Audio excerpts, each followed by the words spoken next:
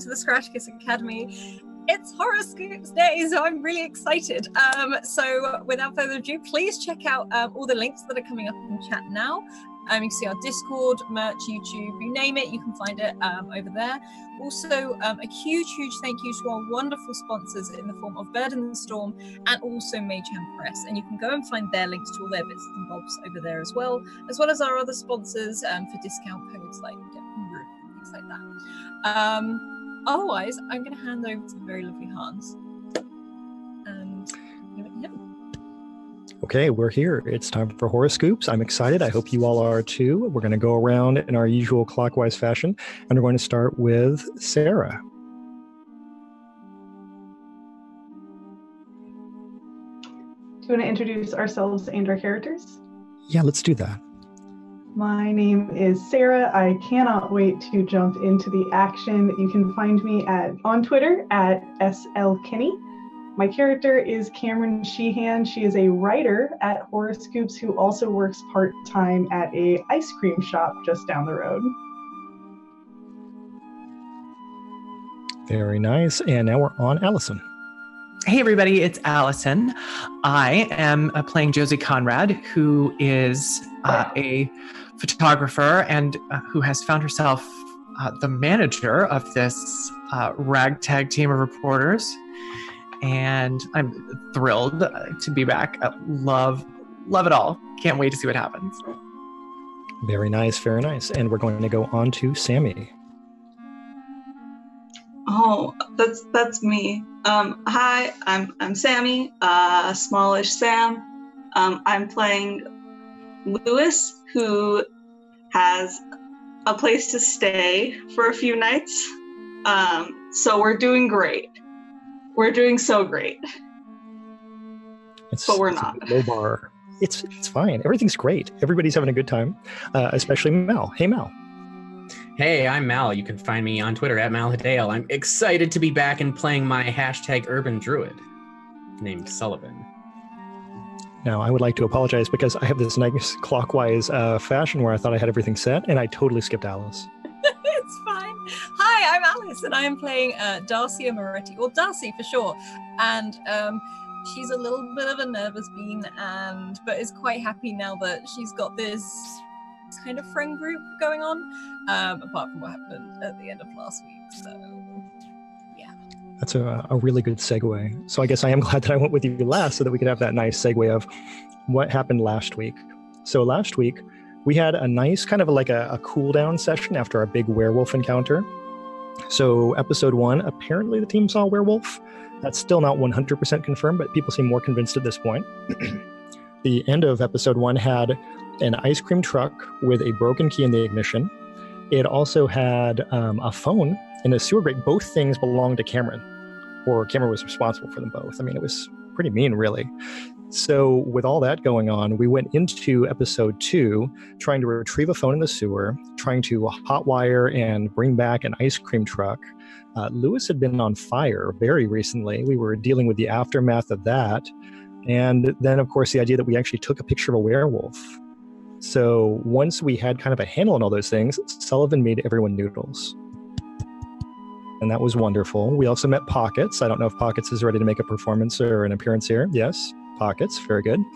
And after we finished all that, we went back to the Horoscoops office. Remember, this is, 10 o'clock at night, Sunday night, the same day that everyone got hired at Horoscoops, where we found out that Horoscoops has a magical ward that protects the building, and that Agatha is a witch, Agatha being one of your new coworkers that everyone adores, especially Lewis. And after all of that, where do we even go next? We put the ice cream truck back. I think that may have happened before then. I think everybody basically went home and slept after that. Does that sound right? And then we came back the next morning to the heartbreaking scene of Lewis going back to his parents' house to go get his things, refusing any sort of money or help from them because Lewis is just incredible in every possible way. And then back at the Horoscoops office, we had double breakfast, and the site was served with a notice. The werewolf article had been very, very popular the night before. Thousands of likes, going viral. And then all of a sudden, this really slick lawyer guy comes in, and serves the site with a notice that they have to cease and desist based on the story. Very nice, like a charcoal gray suit, perfectly tied tie, like all of us tie our ties. By the way, look at the great tie that Sammy's got going. And Sarah's got a very casual tie look that I also appreciate. It's very good. But anyways, ponytailed lawyer guy comes in, serves the site with papers, and on the way out, it really seems like he knows Darcy. In fact, he seems to be Darcy's brother. So our parting shot was Marco, this lawyer, going out the door, Darcy following him, and then right there at the end, that's where we close. We don't even know who else is going out the door, what happened, but the site's going down. So with all that in mind, I want to remind people that we have a horror threshold, which you can see below my name on the screen. This is how things get bad in this stream. So if you'd like things to be more bad, donate towards a stream so that number can go up, up, up. And as we roll that number or less on a 20-sided die, things become bad. You could also donate to make the number lower if you wanted to do that for some reason. That is a thing that is acceptable as well. But today, as we start episode 3, we're going to have a quick horoscope, and then we're going to get into play. So our horoscope for today is for Geminis. Gemini, this is a time for you. The moon is in your sign, so your emotional wants and needs are at the forefront. They're hard to ignore. You may feel restless as the moon opposes Jupiter. It can be a good time to change things up and think about your commitments. Are you really prioritizing the things you need, or are you clinging to things long past? So if you're a Gemini, keep that in mind. With that, we're in horoscopes. We're not going to go into the street yet. What we've seen in this closing shot, this lawyer guy turning in place, walking out the door, and at that moment, Darcy said, "You need stronger words," to Bill, and walked out the door. I'm going to say the door slammed violently behind her to the point where you can hear the glass pane shuddering in the door frame. And what's everybody doing? We're going to go all the way zooming back to the kitchen to where Sullivan is first. Sullivan, what are you doing? If he hears the door slam, he stops whatever he's doing and he looks at whoever's in the kitchen or like down out into the bullpen and is like, did everyone else catch that? Okay, let's go to Josie. Josie kind of looks over her shoulder. Yeah, Sully. And then looks to Bill if he's close by, or Agatha, either one. And as just kind of making eye contact, but walking up toward where he put that cease and desist. I want to check it out. Okay, the cease and desist is in Bill's hand. Bill's standing at the front desk in the front of the room. Agatha and Sparky are both out of the building attending college classes. Okay. Let's go over to Lewis, since we know what Allison's going to do, or Josie's going to do. I think Lewis, after being in his corner, and he definitely like hops up and is like, "Oh, right. Yes, we need to go." Okay, and real quick over to Cameron. So Cameron is seated at the desk that she decided was her own, and she is completely in her own other world. The moment the article and the picture started blowing up, not just on the Horoscoops website, but also on Reddit and some other places, she's just devouring and reading through all of the comments, and she's kind of like chatting with her writing friends online. And so she actually barely registered that this smarmy lawyer dude walked into the office. That's fair. Okay, so let's talk one more time about the scene inside the room. We've got Sullivan coming forward. Lewis is kind of swiveled around a little bit here. And then Josie, you're right there next to Bill, we've decided, right? Yeah. Okay, so what do we want to do?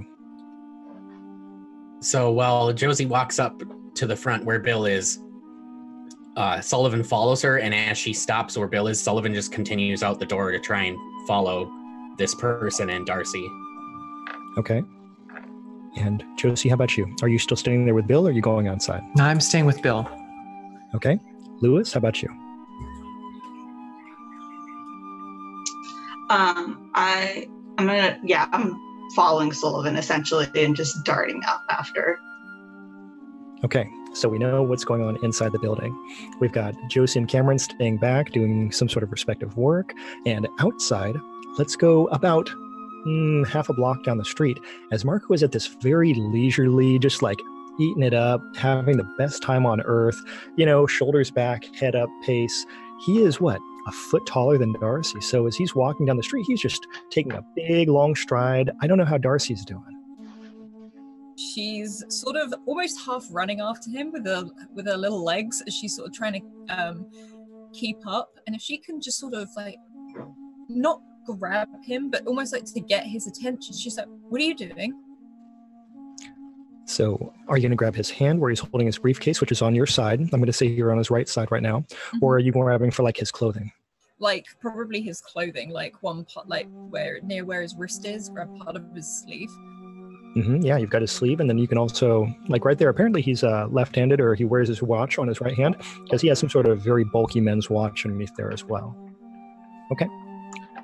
So he's ignoring you and continuing to walk down the street, and it's starting to go grading downward, so he's clumping a little bit. You've got to be a little bit more careful about how you're stepping. She sort of does like a mild jog to stand and then stops in front of him. Says, "I said, what are you doing?" "I'm already done.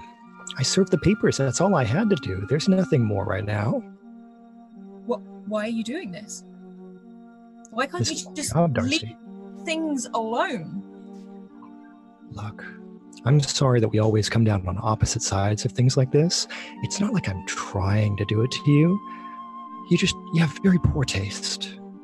No, you are trying to do this to me. You do this every time. It's a bit of a coincidence that you turn up after a day at my new job. I know you don't want me doing this. I know Mum and Dad don't. I have to admit that when someone asked me if I wanted to take this one, I said yes. But it wasn't just because of you. Why else was it then? No, I'm getting paid to do this. It's really good for my career. I'm getting paid to do that, and you've just ruined it. Was that your picture you took? I didn't see your name on the byline. And she sort of... It doesn't matter. I helped. I was there.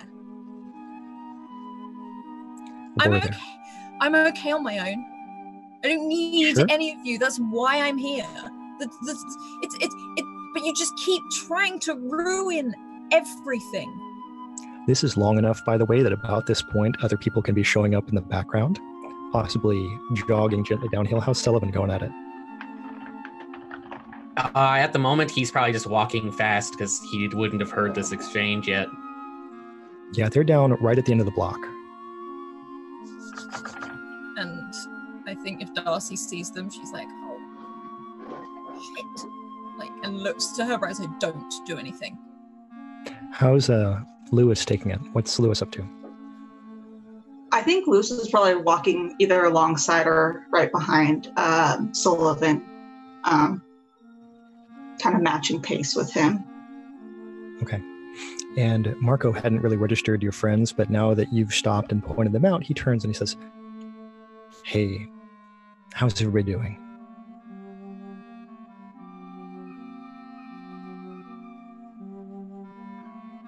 You don't have to talk to him. You really don't have to talk to me. Sullivan actually takes that advice and he completely ignores him and just looks right at Darcy. "Is everything okay?" Everything's fine. And she looks a little bit more heated than normal. This isn't like quiet. Darcy, she's like, it's fine. Thank you for asking. Almost like trying to remember manners more than anything else. This is my brother. So do we want to talk about this family resemblance? How much does Darcy look like Marco? Facially, they look a lot like each other. He's got like a squarer jaw. Obviously, he's a lot taller, but they've got the same dark hair, very similar eyes, but it's really like he's broad, he's tall, and she's literally the opposite of that in every way, but you can see the facial recognition. Yeah, and Marco looks like on the weekends he probably does like fashion modeling or possibly toothpaste commercials or things like that. So yeah, so they're standing there. So it was nice to meet you. It's great to know that my sister has such interesting friends. Really just, yeah. I'm going to go, and good luck in future endeavors.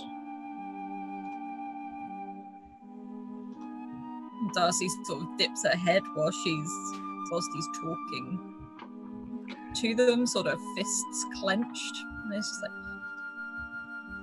will I see you again anytime soon? I'd like a warning. Oh, that's really not my style in general, is it? I don't think so. But if you need something, you can always reach out. You know I don't need anything from you, or Mum, or Dad, or Gabe, any of the family. He leans in really close. Are you sure you don't need anything? She sort of tries to stand up a little bit taller, almost going up on her toes, so she's right in his ear. I don't need anything from people like you. Well, okay. Ouch.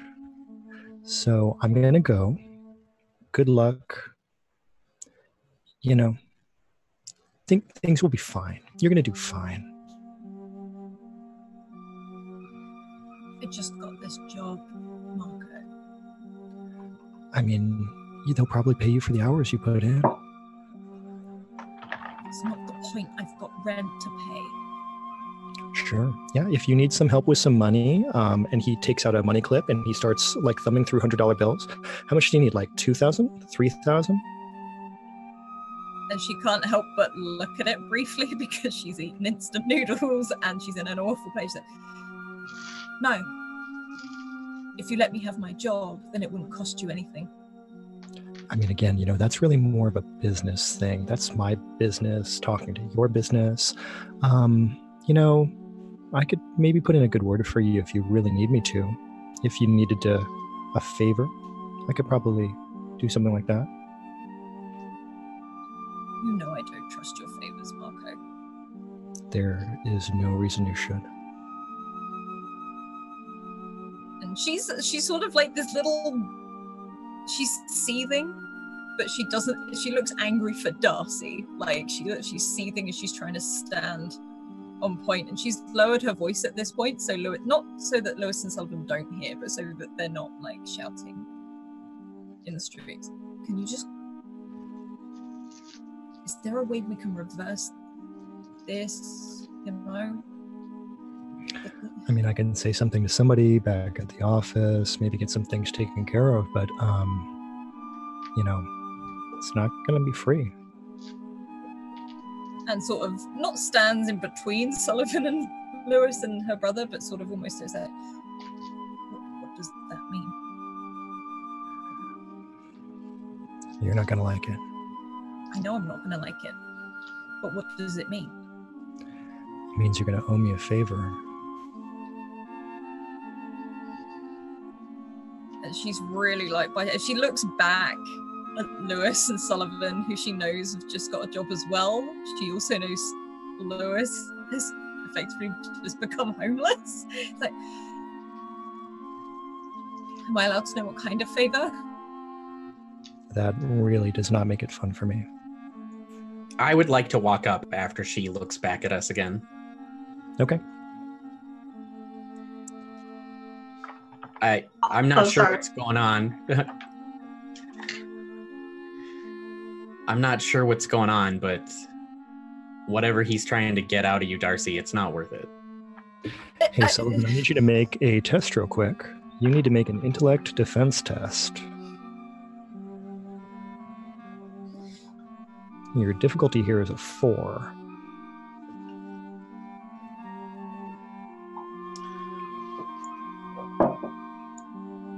So, do you need me to explain anything to do? Am I just rolling my intellect? It just is specifically a defense test? Correct. Unless you had that as a skill. Intellect defense is sometimes a skill. Otherwise, it's a level 4 test, and it's intellect based. By the way, everybody slept last night, so if your pools are depleted at all, remember they are fully refreshed. I don't believe that's a skill. That's one I could have taken with one of my things, but it's not one I have at the moment, so... No worries. So with that, you just roll an intellect test, level 4. You can spend effort if you want to. I'm going to spend effort. And I now have a point of edge, so that makes my effort cost less, right? Right, correct. So if your effort is still 1, you can spend up to 1 level of effort. And if you made it 2, you could spend up to 2 levels of effort. Okay. I failed. Okay. But you didn't roll any cool numbers, right? No, I didn't roll any cool numbers for you, sorry. Sorry about that. That's too bad. Okay, so Marco goes. He takes a deep sniff of the air. It's very audible. And he actually like leans his head in towards you and he goes, oh. Do you even know what to do with that yet? Have you figured out who you are? Marco, stop it. Man, Darcy, I didn't expect your friends would be so interesting. Stop Yeah, it. that's an old magic. And Darcy is like chewing her lip. She's like, I said, stop it. I mean, again, you're asking me for 2 different things. Do you want a favor? Or do you not? They're not part of the favor. Again, not really going to discuss that part. Then no favor. Fine. And she's like really, really tense, like arms are out straight, fists are clenched, and it's like she's trying to make herself bigger, but she's really not. Marco says, well, if we're done here, I'm going to go. And he is looking in the direction of a black Mercedes that's parked across the street. It's parked in front of a fire hydrant, of course, and right at the end of the street. And I'll see you later. If you need me, you know where to find me. You can always just, call, whatever. She shakes her head very slowly. Old magic. Fanny pack. See you later. And she just like glares after him. She can't help it, and she won't move from her spot until the car physically drives away and out of sight. Yeah, he starts crossing the street. There is, of course, a person who's driving towards him at the time. You hear them kind of swerve, stop, and honk, and he opens up his car very slowly and gets in front of them and pulls out right in front of them, right before they start driving again. Runs the stop sign down the hill. We should go back. And Darcy sort of just turns and walks through both of them and starts walking back up the hill. I think, and you could say this can't happen, but I think as Darcy like kind of tries to pass Lewis, he would grab like her arm or something, not forcefully, but kind of just like, just a hand on the arm, and just give it a gentle like squeeze and be like, hey, just take a breath. And you do see her physically like rise and fall as she takes a breath. She's like, I'm fine. Honestly, it's fine. It's not, but that's okay. It's okay, Darcy. We'll figure it out. We'll get through it, and we will get through it. Don't worry about that. We're here to help you. I know I am. I'm pretty sure Sullivan is. We'll help you through this, and we'll all figure it out together. Don't worry. I'm not. I'm sure I can sort it. This is fine. He's done worse. Okay. This is very much like a run out. It's not. She doesn't look necessarily okay, but she's just. Yeah. Yeah. And I think like with that, he kind of just is like, okay, we're here. If you want, we're here. I'm here. If you need a roommate, I'm also here. But, let's go back.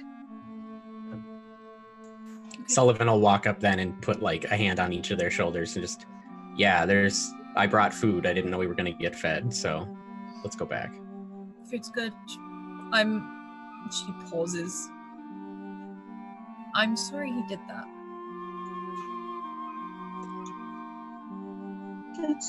It's okay. Don't. I get it. It's not okay though. It's not, but there's nothing we can do about it. You don't need to be the one that's sorry for it. She not smiles, but there's a slight curve at the side of her lips, and you say there's nothing you can do about it. But she just sort of like, it's fine. He's always like this. Hey, on the bright side though, you are estranged from your family. I'm estranged from our family. Best friend tier. And Darcy's still like taking a breath, and she's like, yeah, okay. Yeah, I guess we do have that in common. Ugh. She starts walking, like almost like she's just trying to gather herself again. She's not really making full sense, but she walks back up the hill. So let's talk about back inside the office. So Cameron, you've been doing some work. You're deep into the social media or the posting archives, right? So are you occasionally checking on the Horoscope site, just like syncing back and forth? Yeah, I think she has, because she wants to see the comments on both sides. So she's got kind of a couple different windows together, and she's tempted to steal a monitor from another desk so she can have multiple. Awesome. So as you start doing that, you're like going through stuff and you're hitting all the posts. Suddenly you start having a lot of trouble getting Horoscoops to refresh. And you're going through the normal stuff and everything's still there. And then there start to be a lot of weird Reddit posts, like, user, a lot of serial numbers, etc. Like these are definitely like bot posts. But at about the same time that happens, Horoscope starts looping, like just spinning. And then you play and get a 403. It's just not there, or not a 403. You get a 400 error of some kind. I don't want to go through my HTML right now. A non-found. Yeah, right. So you're just getting this site cannot be reached. So she like clicks the button a couple times and then does this thing where you like close the browser and bring it back up. And then she kind of looks around the room and like waves a hand, trying to flag Bill or actually rather trying to flag Josie, her manager. Mm-hmm. So Josie, you're standing there. Josie, are you looking at this paperwork that's been delivered? That's my first instinct, yeah. Okay, tell me what you want to know about it. I want to know who is serving us and who they represent. Excellent. So the law firm is Volpe, Ragno, and Moretti. They have a very fancy address, which is downtown in the financial district. If you had to guess, it's probably the Salesforce Tower. Mm-hmm. So this is probably a fairly expensive address. And it's all written in very, very like strict legalese. And it does have Marco's name as the like serving lawyer. Who is the firm representing? Does it say? It does not say. Bill, why? Look, I'm no lawyer, but it's not like we're using someone else's copyrighted material. Yeah, I don't know. I mean, maybe if it was like I said, this could be a real person. This could be somebody. Yeah, it could be, but in order to follow through on this, wouldn't they kind of have to, I don't know, how do cryptids say it? Out themselves, I guess? I don't know. I mean, I've not had anybody do this before. Bill, I got two things for you. Number one, I think it's a bluff. Number two, you have a lawyer, right? I can call somebody about a lawyer. Yeah, you don't have. You don't have a lawyer. I haven't had to use a lawyer for anything since estate stuff. I don't have like a corporate lawyer. About this time, Cameron is signaling Josie. Yeah, we're going to look into that. Yeah, Cam, what's up? Y'all are going to want to take a look at this. They must have scheduled this or some shit, but the website's down. You can't access it. Doesn't matter how many times you open and close the browser. It's gone, kind of. I mean, it's still there, but you can't get to it. I'm immediately walking over to Cameron's desk with the bullpen, and as I'm walking, I thought you were into that Star Trek thing where you're like, you better come over here and not tell me what it was. Thank you for not doing that. It's like the most, isn't that ridiculous? It's so, why don't you just tell them what it is? And now I'm behind you at the desk. Next time I'll come up with some ridiculous metaphor to think about it, but this is happening really fast. Okay.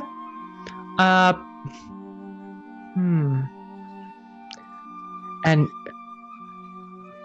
I'm looking up at Bill. Backup servers, Bill. We do like cloud stuff. You do like cloud. Where's... Maybe Sparky could take a look at it, that Sparky does tech? Yeah, I'll text them, but they're at class right now, probably. Oh. I mean...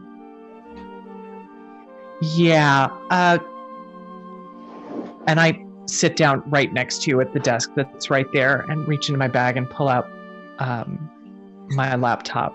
Got a really shiny looking 15-inch MacBook Pro with all kinds of crazy stickers on the top. Bill, Wi-Fi password, please. Yeah, and he passes you a piece of paper with that. All right, and I get on the Wi-Fi. Is there any information at all? Just who's hosting our stuff? He goes in his office, comes back a couple minutes later. There is a piece of paper that has everything printed out on it. Of course there is. Okay. I'm gonna check, and Cameron starts pinging some of her friends online and is like, hey, can you try to go to this website? And is trying to see if basically it's the same error, and she expects that to be the case, but worth checking. Yeah, that's a good idea. Yep. Yeah, everybody's getting the same error. And the Twitter feed starts pulling up that, the site's down. Okay. Maybe we should get Mal on putting out tweets, I guess, about like, we'll be back up shortly, or I don't know, whatever you put on Twitter. Yeah. Probably about time for them to be walking in the door. Hey guys. Some interesting stuff happened in the 30 seconds you were gone. Come take a look at this. And as you're calling them over, I've got, if you were to look at my screen, unless you've done some kind of work in cybersecurity, it just looks like a black screen with a whole bunch of white letters and numbers on it. I want to start digging into this if I can, and initially just trying to diagnose the problem, see if it is some kind of hostile move or if it's system failure or something like that. Okay, sure. Let's do this. You are skilled in the task we're attempting. So let's talk about the great paradox of the roll you're going to have to make. Okay. The roll difficulty is going to be 1, but if you roll a 4 or less, it's going to trigger the horror mode. So you may be able to get anything more than a 3 and it be a success, but also bad stuff will happen. Yeah. Okay.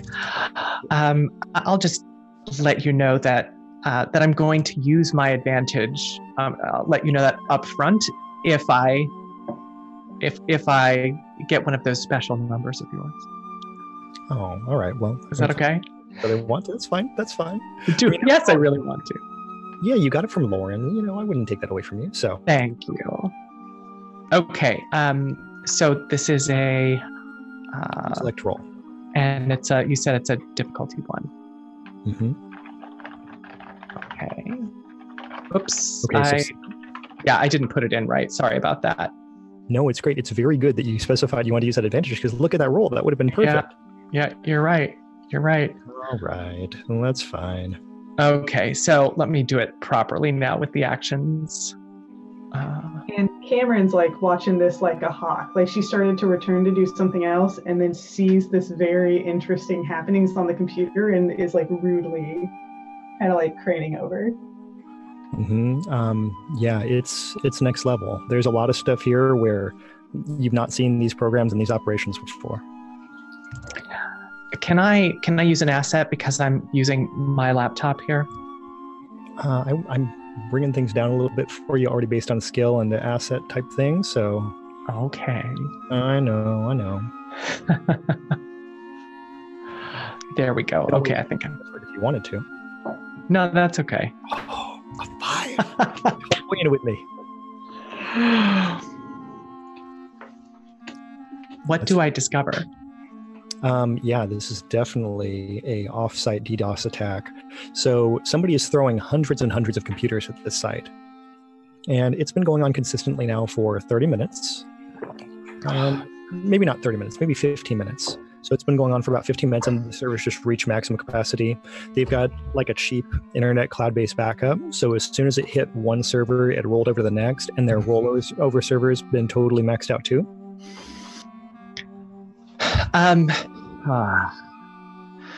Well, brutal but effective.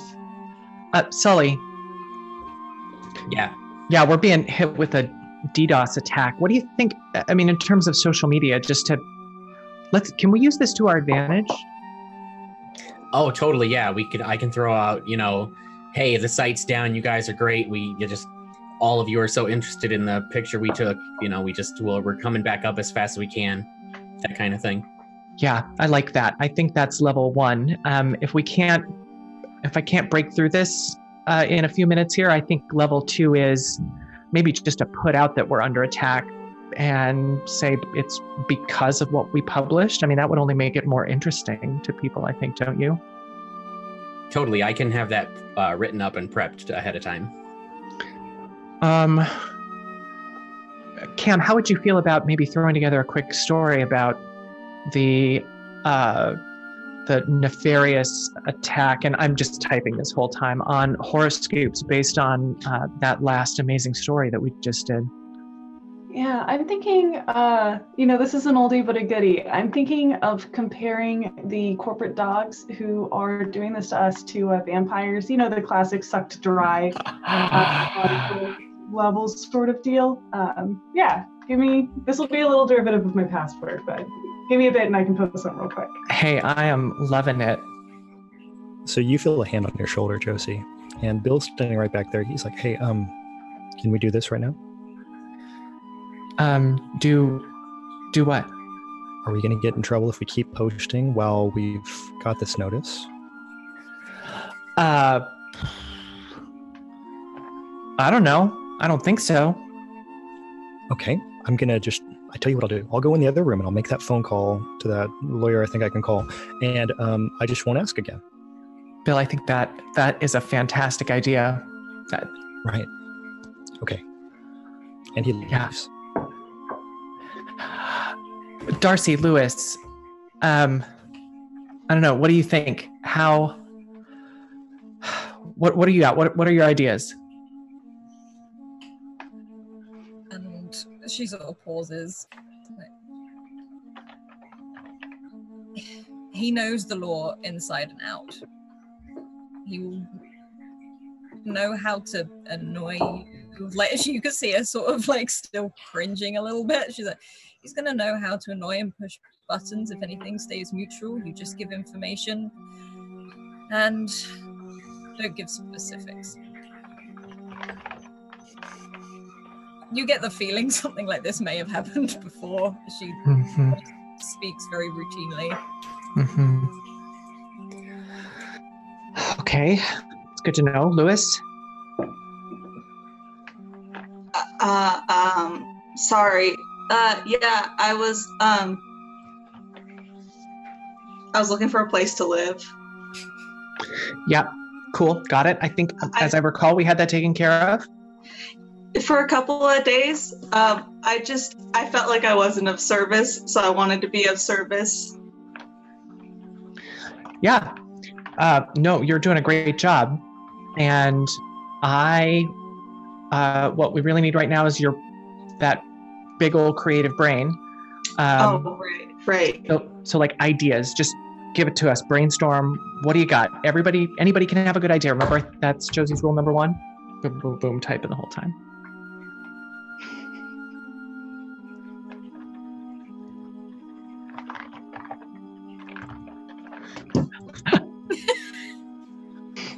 You see Darcy is sort of pacing again. Like it's like she's actually thinking to try and distract herself more than anything. She's like, we can just tell the truth, but say it in a negative light. If you see what I mean. Tell which truth in particular? That we're not allowed to publish the story. We don't know why, but it's very suspicious.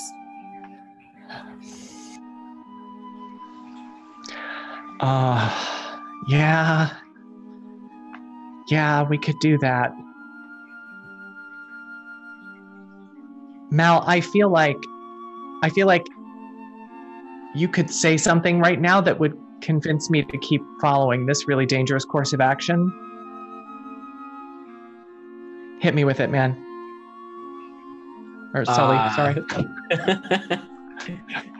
I think Sullivan totally is just like, no, yeah, I mean, like these high-priced lawyers, they think they own everything. If we come out and say we don't know why this has happened or why they're doing what they're doing against us, maybe we can get public opinion on our side.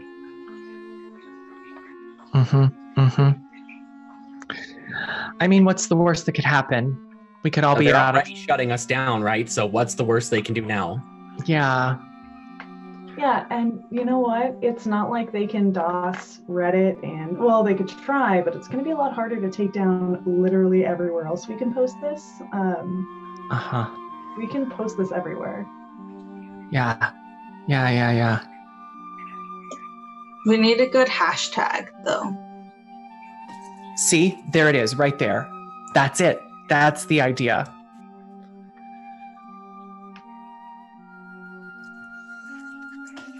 Keep going. Oh no, that was my complete thought. That's good. Hashtag. Yeah, we need a good hashtag.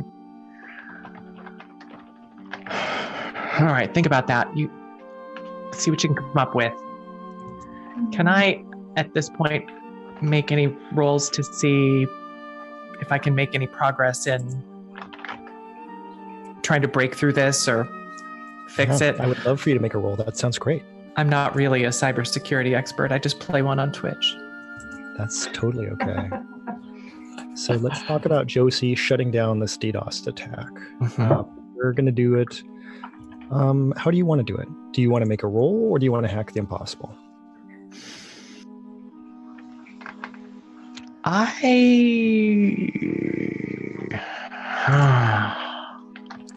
Technically, I think hack the impossible is a roll, though. I think it is. Yeah, no, I think that's true. I'm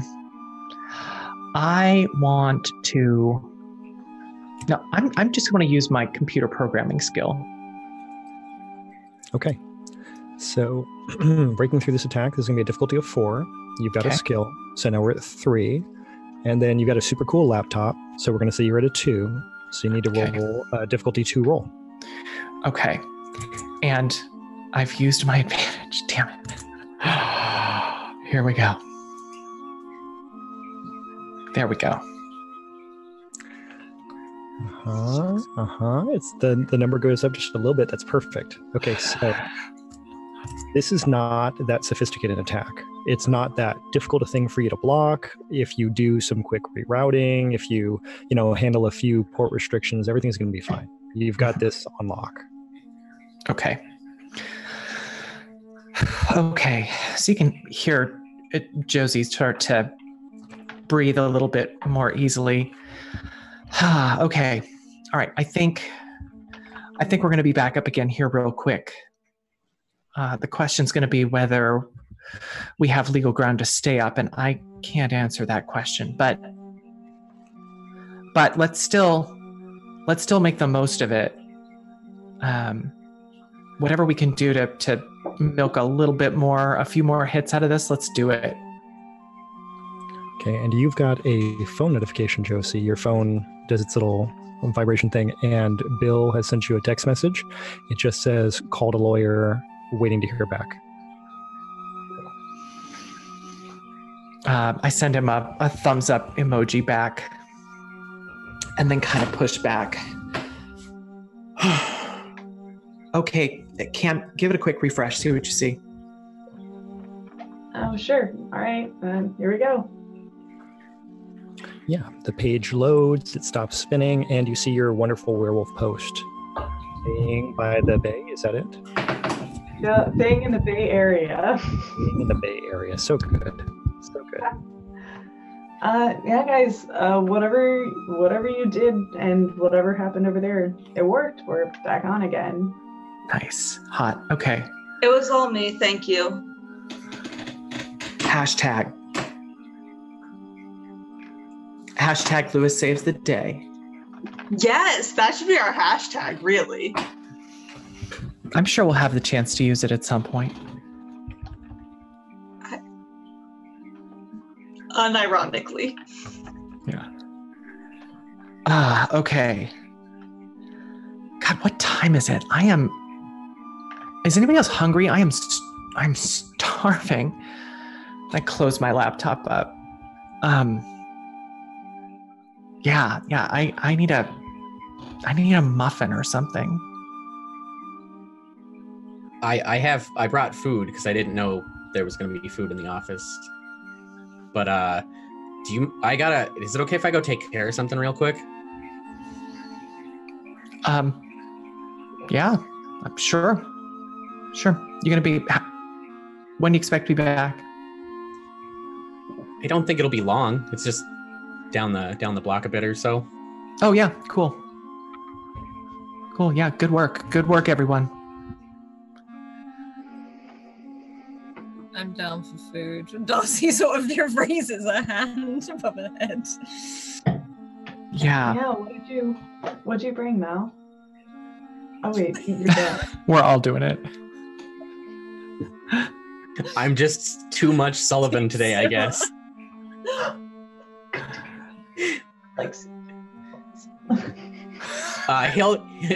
He stops on his way out, right, because he can still hear it, and he's like, oh, there's it's a bunch of stuff, whatever I had left over that needed to get used before it went bad. It's all still good, but it's like coconut shrimp and rice and a bunch of other stuff, just whatever, it's all in Tupperware. You can, there's no cross-contamination until you put it on your plate. Awesome. We're all waiting to see what Darcy's about to do. Alice is excited about coconut shrimp, not just Darcy. Well, I haven't eaten all day, so I think I'm good to eat now. I'm gonna just pile food all on my plate. Definitely a case of what is it? Your eyes are bigger than your stomach. I think that's just go as fast as I can eating it. I'm gonna head back to the kitchen and make and start making coffee or tea for anybody who'd like it.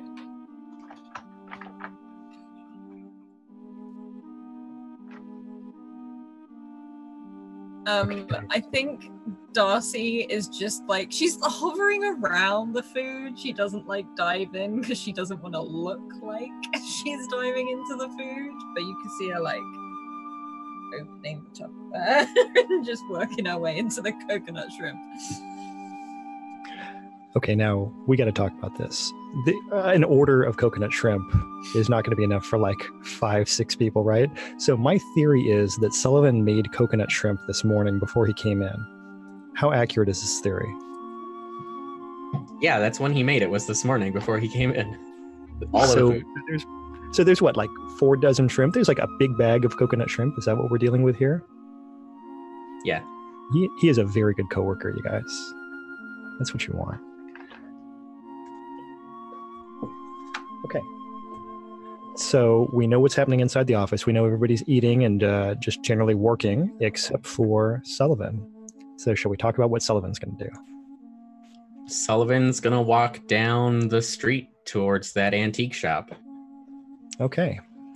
So Sullivan starts walking down the street. You have a pretty good mental picture of where you're going. So for those who didn't see last session, we had a dream sequence where Sullivan remembered a memory from looking through a tree while chasing the werewolf of an antique shop. And it had a really tacky mannequin of a Revolutionary War outfit with like the tricorn hat, but it also had a sword. And the sword didn't match it in any way. It was just very plain brass handle, maybe a little bit of like a leaf ornamentation. It looked old and really just did not go together well. So with that, you've been walking down the hill. You're about 2 blocks away from the office now, and there's a sign that says Second Life Antiques. And it's, what, 10:15? So they're open. Well, maybe 10:45. I'm so bad at time in this game, guys, because we're doing things in real actual time. Yeah, I think considering how many things had to happen before most of us got to the office, it's probably 10:45, I'd say. Yeah, sounds good. Yeah, he glances up at the sign and walks in, and I'm assuming it's got like the hard bell over the top so that it slaps the bell as you open the door. I like the idea, but I think what this one is it's going to be like a really springy version of that. And it's just like a tiny little ching, like it's a little tinkling bell. Tinkle, tinkle, tinkle, tinkle, as you walk in. And it's, again, a very big display window with that Revolutionary War mannequin. And there's a price tag on the jacket and on the hat. And the like Revolutionary War coat is like $15. And the hat is listed at $350. So you can kind of see that there's like a mismatch of what's real and what's not. And whatever's going on with the sword, you don't see that listed at all. And then as the shop goes back, they have a fondness for like clocks and like little cabinets. There's a lot of opening type stuff, and you see several vintage cuckoo clocks, the kind that would have people come out and do things and doors opening and so forth. Luckily it's not 12 or anything like that, but it's all in the background. There's lots of sets of china, and after a couple of minutes there's a very elderly lady that starts walking towards the front, and she's just a little bit stooped, and she's walking kind of like this, kind of side to side as you walk up, and she just puts her hand up. Nice day. Hold on. And she starts and keeps walking in your direction. Gets to about 3 feet away. What? I said it's a nice day, isn't it? Yes. Do you need help finding anything? I mean, technically, I noticed in your window you've got a sword. It caught my eye. A what? A sword on that mannequin. Oh, yes. Is it for sale? Hold on. She walks up. There's like a little stage to get into the window, and walks over to it and picks it up. Not really delicately. The mannequin's kind of like teetering back and forth at this point, and she's like turning it over. It doesn't have a price on it.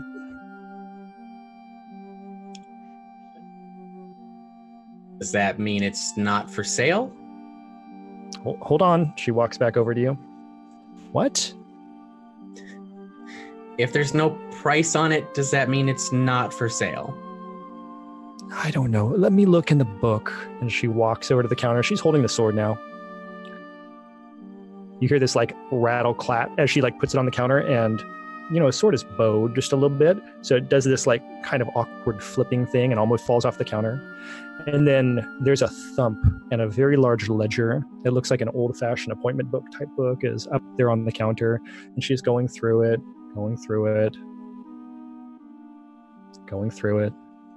He He walks up to where she is and just lets her work.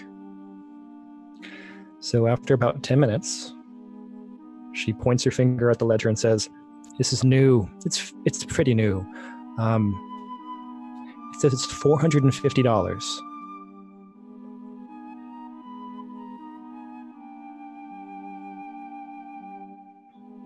What? I didn't say anything. Do you take cards? She looks over at the machine and picks it up and says, "We can take a MasterCard or a Visa card."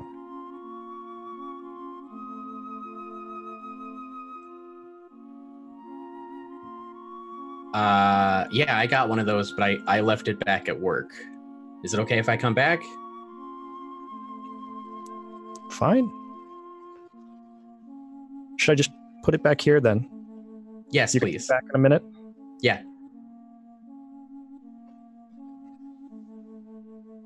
And then he'll turn and slowly make his way back, looking at all the clocks and other stuff. And Yeah, there's clocks, there's other stuff. Nothing else that interesting.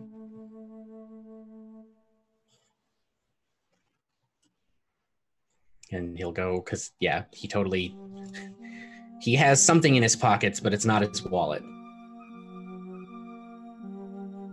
Okay, so you go back towards the office. I'm going to do a music change. This is not a significant music change, just I don't want to leave the theme song on all day. We'll all get paranoid. So you walk back up the hill towards the office. Everyone has eaten, I'm imagining, coconut shrimp, rice, some greens. What kind of greens are we talking about? I don't know. Okay. I think we're gonna have to go with like collard greens or like maybe some kale. It's been like really sauteed in a pan, maybe some garlic. That's all I got. Yeah, totally. It's probably got olives and other stuff tossed in with it too. Okay. Yeah. Everybody except Scratticus likes that, so that's perfect.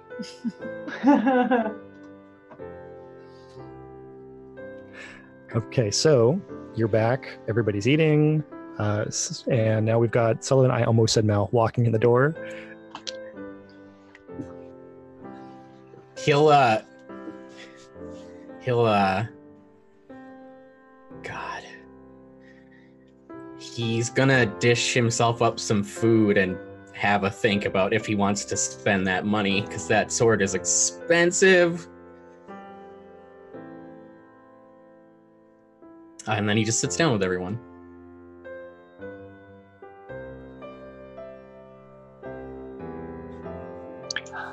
Yeah, I told you I was gonna do it. How'd your thing go?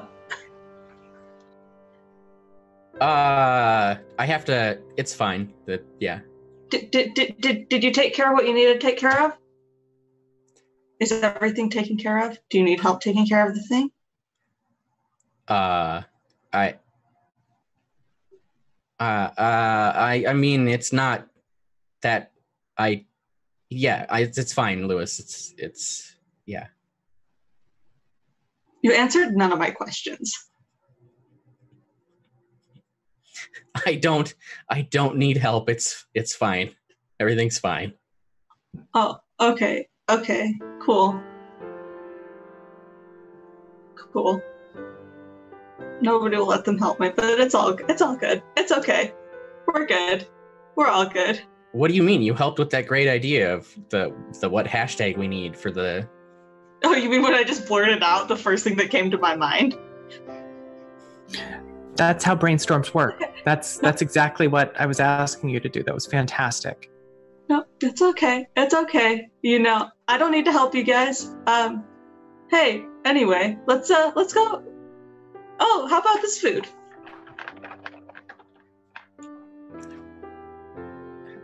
What about the food? It's super good. That's what I was trying to say. Okay. For a second, I thought you were going to tell me you didn't like it, and I might just have to walk out the door again.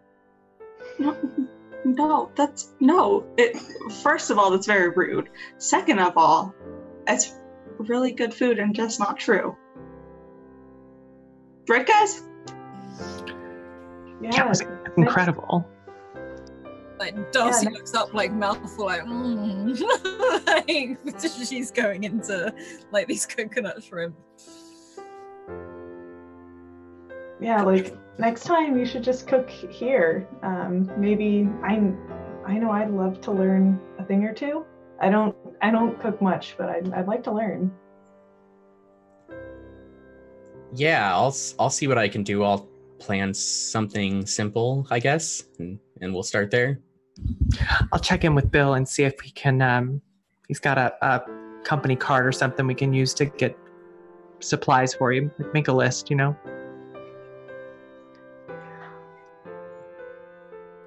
Yeah, that sounds good. So, Darcy, you knew him, the greasy lawyer guy? Yeah. That's my brother. One of. Your actual brother? Yeah. It's okay, he is a greasy lawyer guy.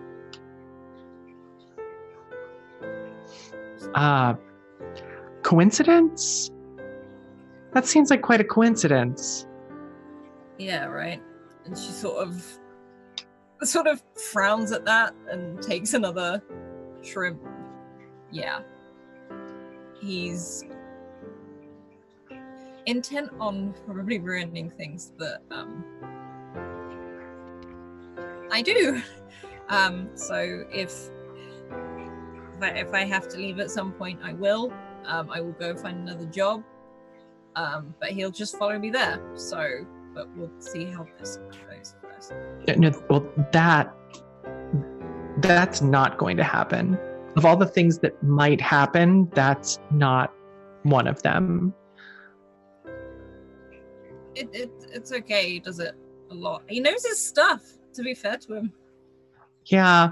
I mean, I'm sure he does, but yeah. Nobody comes after my team. Like, oh, and she sort of like takes it. She's like, well, thank you. Thank you. I mean, you're the one who stepped up and joined up, and yeah, that's what we do. And we just need to figure out how to do it. I mean, and we need to figure out how to make it really humiliating, I think. Please, yes. Yeah, he seems like the kind of person that could learn a lot from some just really solid abject humiliation.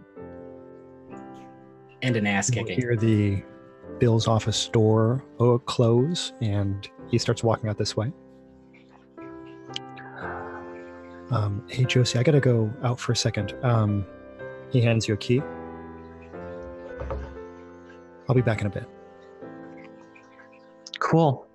Anything I need to know about the shield or whatever? I don't think anything that would apply, but I if you need, do you need like Agatha's phone number? Because I can't tell you anything about that. Yes, I definitely need Agatha's phone number. Okay, and he opens up his phone and points it at you. Yeah, I've already got it into my phone. Okay. Okay. And then he just goes out the back door. As all that's going on, Pockets hops out of Sullivan's pockets and is on the table staring up at everyone and asking for food. And Sullivan's just like, he can't have any of this. It's bad for him.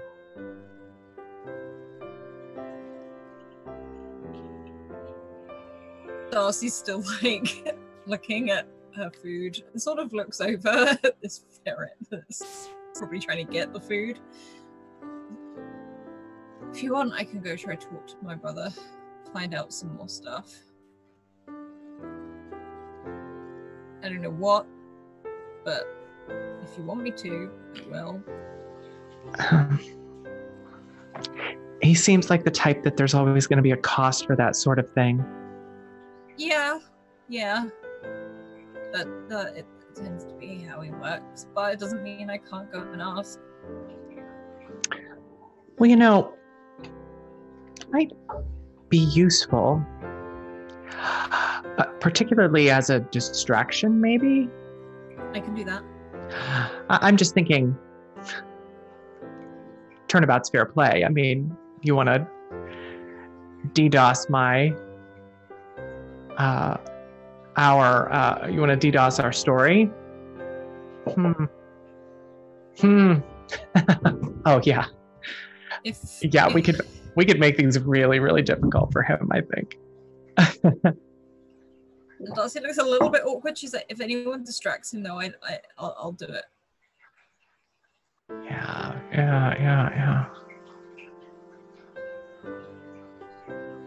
Although, I mean, wait, I need to...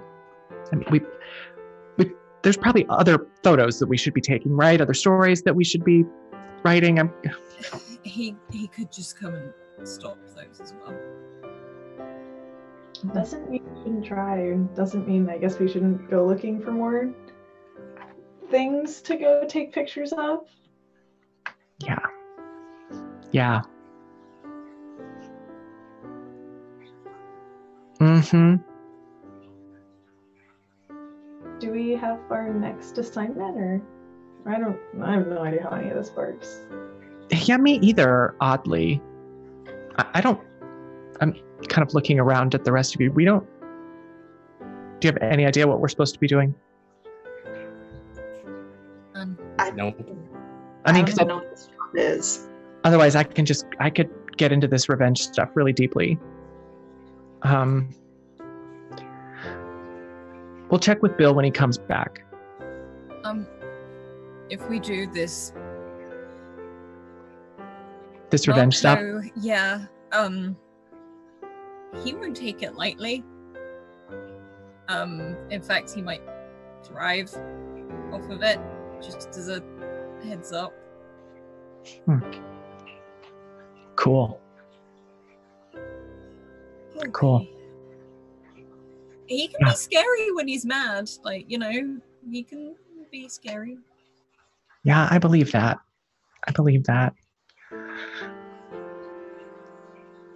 Do I look scary? Darcy leans back as you lean in. It's like, I don't know. You could if you wanted to, right? Yeah, that's why we're gonna beat him. Okay. And she doesn't sound convinced, but she's nodding anyway.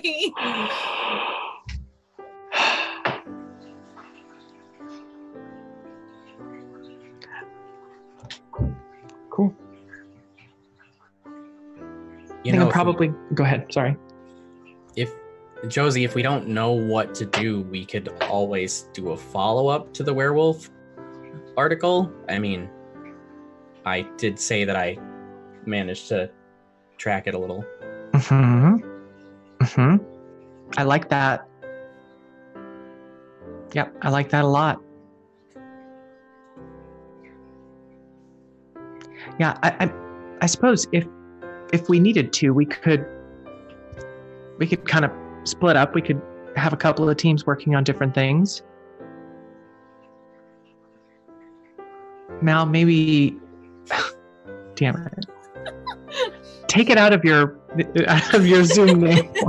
Like every time I'll take it out. Thank you. I don't know, Sully, Cam, Lewis, what would you think?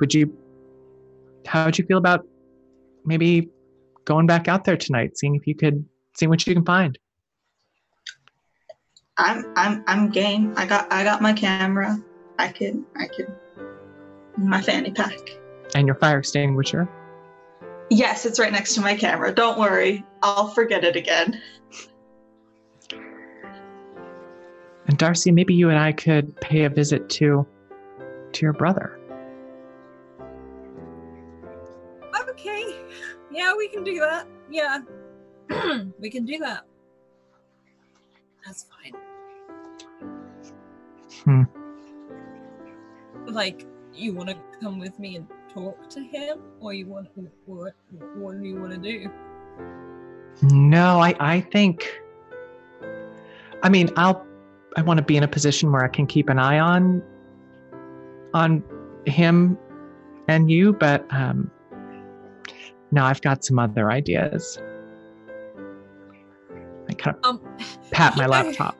He knows a lot of stuff, you know. He's very aware, and he knows. Not that you don't. I'm just saying, you know. Mm-hmm. Well, look, you know better than I do, because he's your brother, and I trust your judgment. If you feel like this is a bad idea, then we'll focus our attention somewhere else. And she pauses, and there's just a little bit of her that's like, I kind of want revenge. I've never really had that before. I don't know what that feels like. But I'd rather you not come face to face with him, in all honesty. Oh, I think that's a good idea. I agree. Okay. Like, she doesn't really get what you're going for, but she's like, hey, you're the boss, really. So, yeah. If I can help, I'll help. If it gets more information. Oh yeah, I think. I don't think I could do it without you, honestly. Yeah. Like, it's sort of. If it involves my brother, no, you probably couldn't.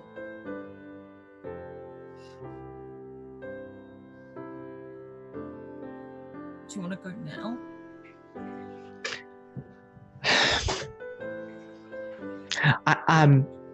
Josie wouldn't have known any of the things about him, like offering you, like to get together or something like that. No, I don't think. Like, what if you asked him, like, for dinner or drinks or something tonight? Would he take you up on it, do you think? Yeah, no, he definitely would. Yeah, so that's what I'm thinking. And maybe while you're with him, and I can monitor that remotely. I don't know. Maybe I could get into his apartment. Is he in the city somewhere? I'm not too. You don't want to go to his apartment. It's just like him. So. Yeah. Sullivan leans forward a little. He's like, I kind of want to go to his apartment.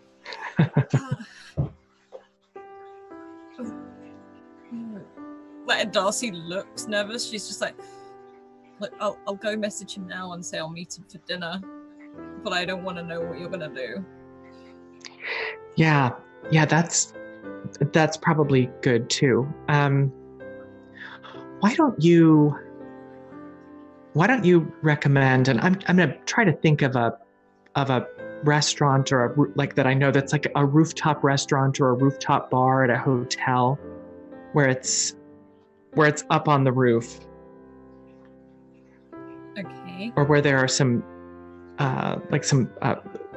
windows that if somebody had, I don't know, a really cool drone or something, they could monitor the situation.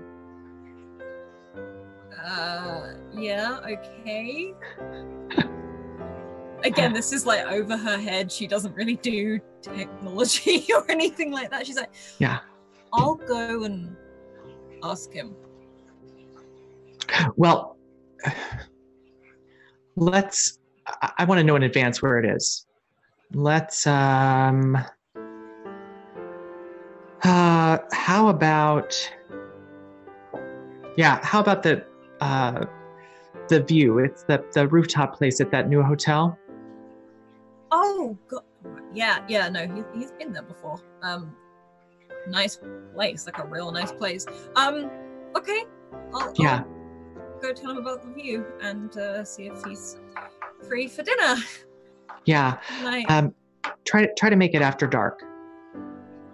Yeah. And she just sort of nods. Yeah, And Cool. she sort of walks off towards the kitchen to make the phone call. Cool. Okay. And we're going to do an actual voice phone call. Okay, yeah, we can do that.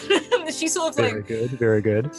we're like, and just like, she's sort of gearing herself up, and she does dial his number. Hello, Darcy.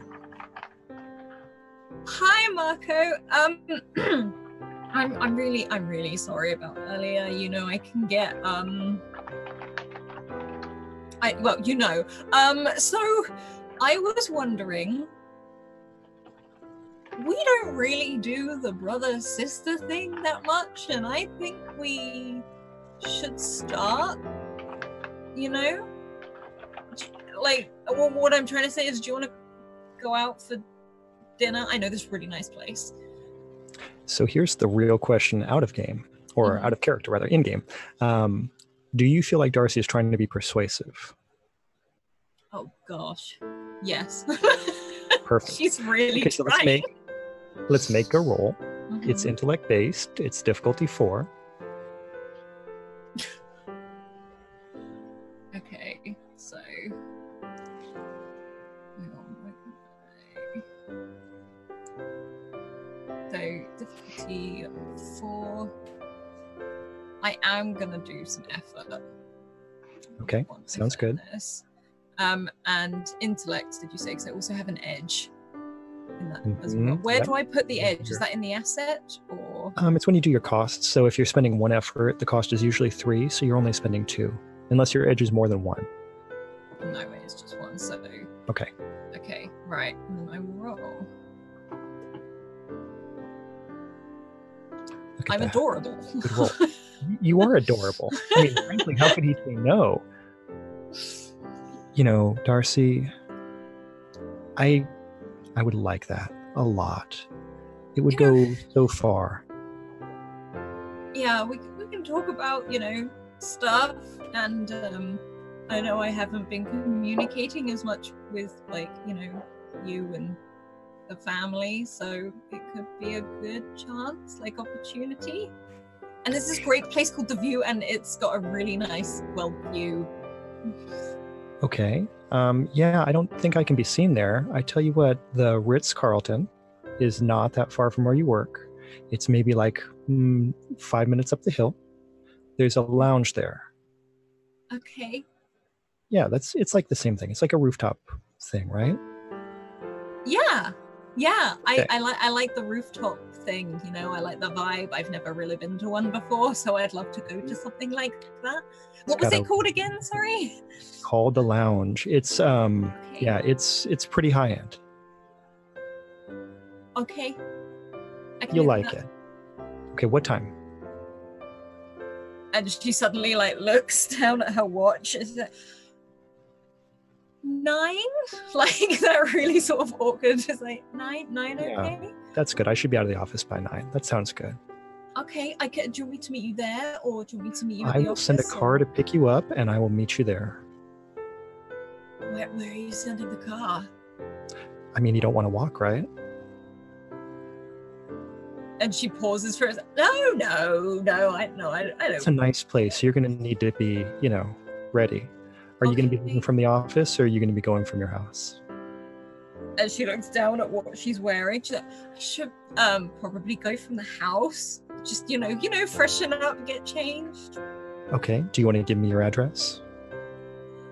Tell you what, pick me up from the office. It's like Sure. we know where that is, and it's not too far. So it'd be great. And not only that way you don't have to worry with my roommates or anything. Hey, I've already got it in my phone. I'll send a car. It'll pick you up about 9. I'll meet you there. I'll call right now. I'll make a reservation. Okay. But, I'm so excited for it. It's going to be fun. Yeah, that's the word. Yeah. I'll let you get back to work. The reservation's going to be under Marco. I don't think they'll know who you are, but I've been there a few times. You know, they'll know me. Yeah, no, it's, yeah. You know, maybe family resemblance. Yeah. Yeah? Yeah. I'm going to go now because I now need to find something to wear. Sure. So, yeah. Okay, I'll speak to you later. I'm going to, and it's like, bye. And just quickly, like, hangs up. Just, hello, Raiders. And she sort of like puts her phone away, and it's that visible sort of shoulder relax of, and if she can find Josie, she'll be like, not at the view, slight problem, we're gonna go to the lounge, but it is still rooftop. So, at the Ritz. Oh, it's even better. That's even better, actually. I love it. Also, does anyone have a jacket I can borrow? Yeah, I have literally all my clothes. Oh, can I borrow one, please? Yeah, and he like takes out like a bunch of like blazers and. Yeah, she just grabs like a blazer and she's trying to like fit it on his scooter. She's like, that looks kind of smart, right? And like she's got a like a jumper on with like a scarf and a like collar of a shirt poking out, which is very floral patterned, and her jeans and boots. And she's sort of like, I might go to polish my boots as well. Yeah. Do you need shoe polish? I have every color. I have black. I have brown. I have neutral. Whatever you need. Brown, please. Oh, okay. And she sort of takes it over to the sofa in the lobby and just starts nervously like shining up her boots. If you need anything else, I probably have it. Yeah, thank you. Yeah. I don't have a lot. This is gonna be fine. You got this. Yeah, no, I got this. Oh God. And she'll just sit there and shine her shoes.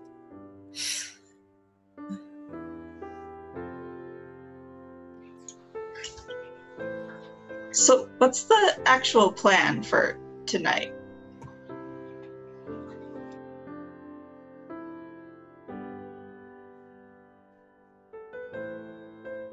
I'm just asking it, and it was just in general. Like he like walks in and just is like, so what's? Just says that.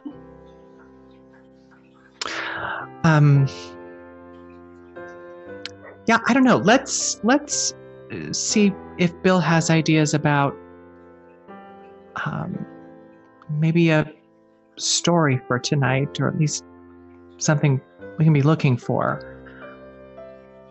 I was thinking maybe you and Cam and Sully could work on that together while Darcy and I are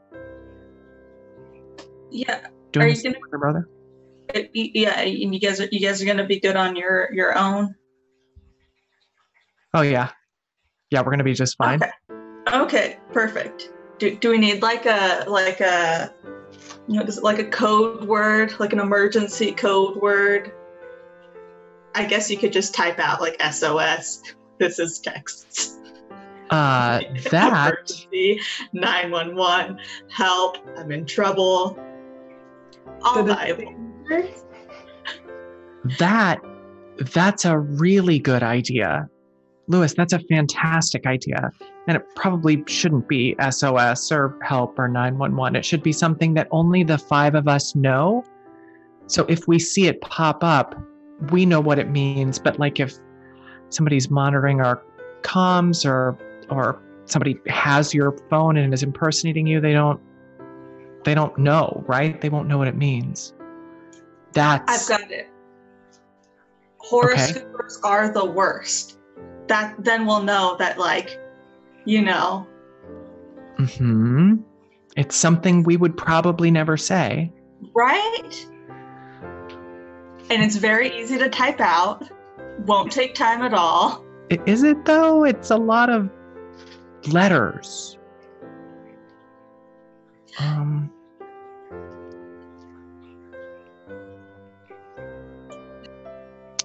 Let's Cam, what is what's like the most popular flavor at the Cone Zone right now? One of the, not like vanilla and chocolate, but one of the exotic ones. We don't even actually have it right now, but it's witch hazelnut. It's like a Halloween one that gets really popular, and then people keep asking for it, and it's like every day. No, we still don't have it. We didn't have it yesterday. So maybe that. It's perfect. It could be just like if all you can get out is witch hazelnut, that works. But you could also work it into a sentence, like to make it more kind of believable, right? Like, man, I could really go for some of that witch hazelnut right now. All right, so that's our bat signal, right? That's, if you get that, you know that whoever sent it is in trouble and we need to find them and help them ASAP. And that, my friends, was the idea of Lewis N. Clark. Fantastic job. That's me. Yes, sir. Where's Bill?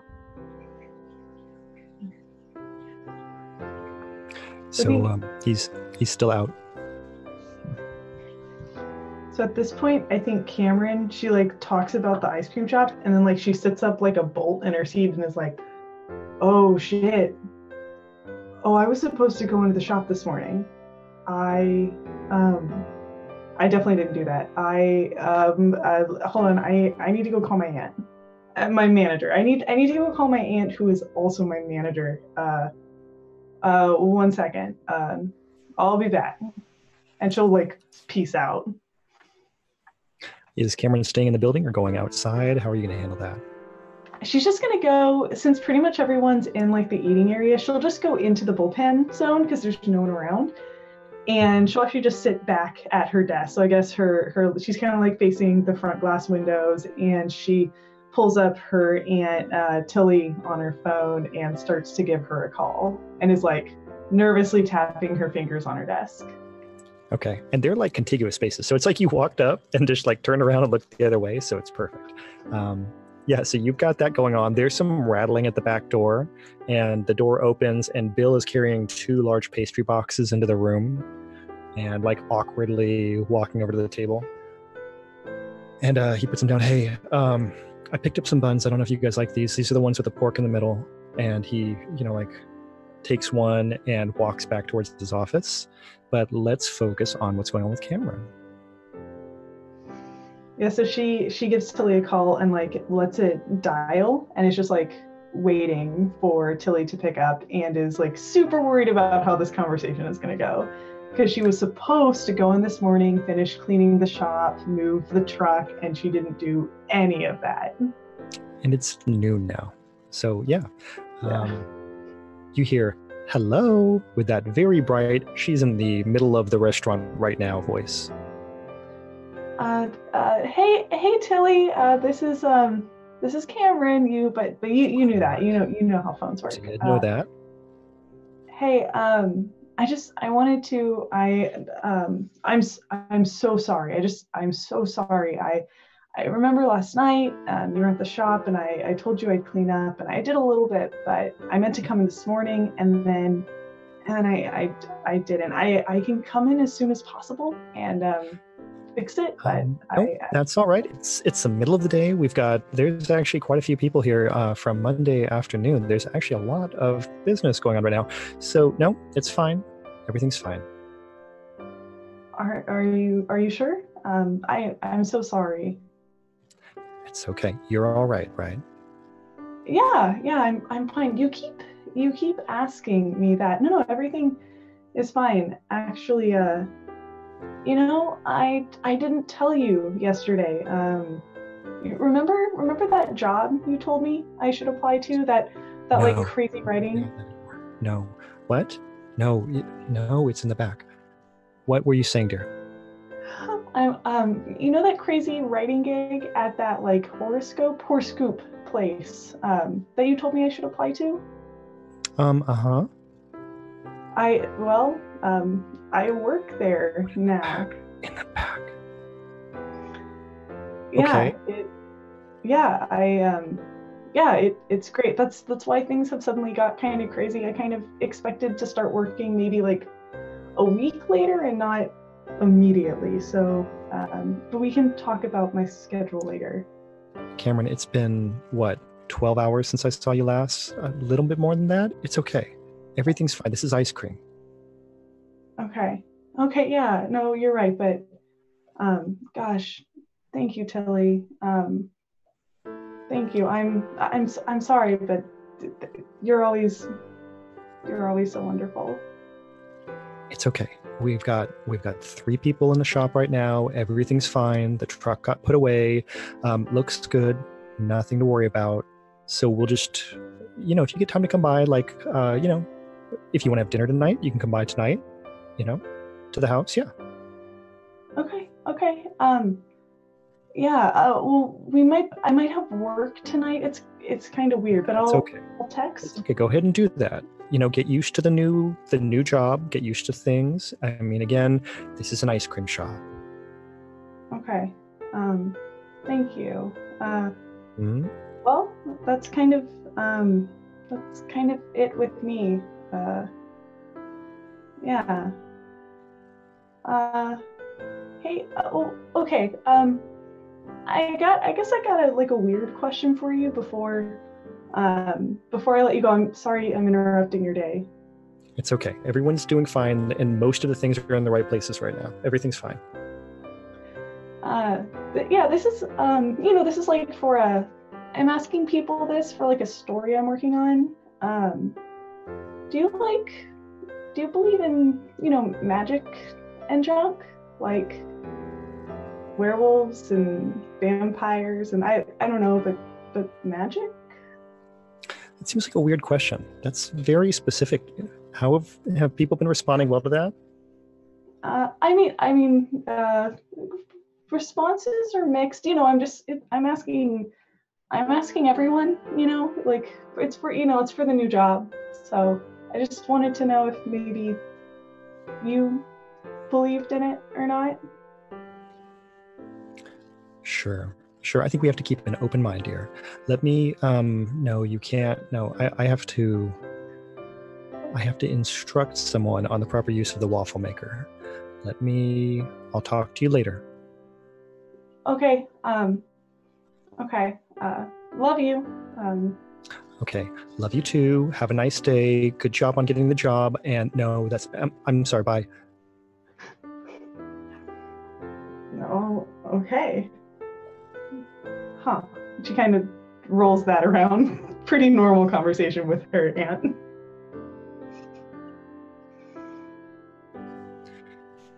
Okay. So Cameron's in the bullpen. Everybody else is in the kitchen with their third meal of the morning, possibly. And Bill's in the office. What do we want to handle next? We're going to get our time skip in soon. Sullivan, after interjecting here and there, he would, as Cameron leaves, he'd look at Josie and I'll do what you want. You're the boss, but I kind of want to be with whatever you're doing with the greasy lawyer guy. Noted. Why?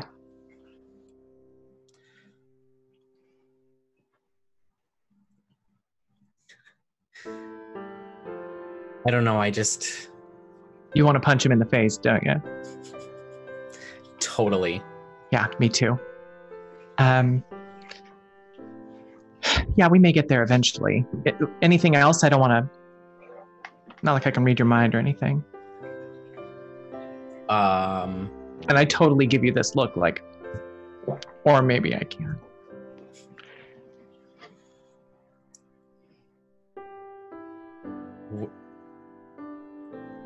Well, this isn't related to that, but I don't know. I had some really weird deja vu with that whole werewolf situation. And I had a really weird dream last night.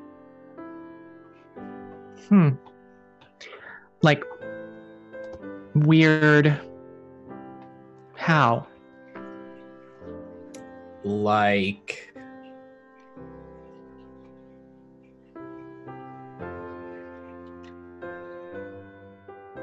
I don't know how to explain it. Like when you know that it's more than just a dream, if that makes sense. Mm-hmm. That's actually why I ducked out earlier. Oh, what did you dream about? Well, so there's this antique shop down the road, and there was no way for me to look inside the window last night, but my dream looked in the window, and when I went to look today, what the dream showed me was there. Okay, what was it? There's a Civil War mannequin with some decoration and stuff on it, and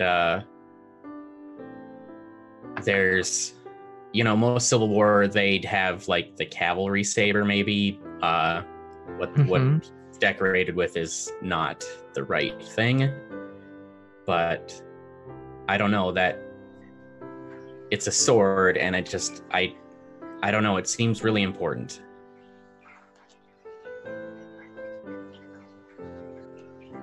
Yeah. Have you had dreams like this in the past? I'm just trying to, I don't know, maybe get a sense of how trustworthy it is. I don't really remember most of my dreams, so that alone is kind of a big deal. But because I remembered when I woke up, I remembered the antique store and the sword more than anything else.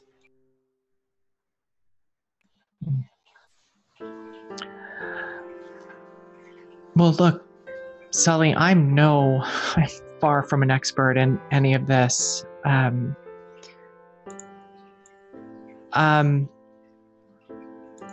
But you know who I bet could maybe provide some insight? Maybe? Who? Agatha? That's true. She's busy. I would imagine she'll probably be back pretty soon. You could grab coffee with her or something. Oh, Lewis would just hate that, wouldn't he? Good point.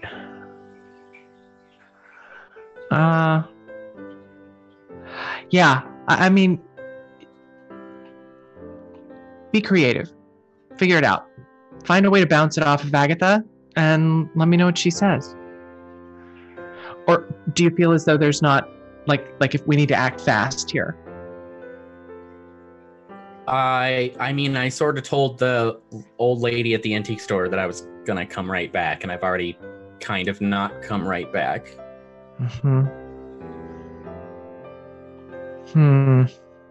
What do you want to do? I kind of want to go get it, honestly. I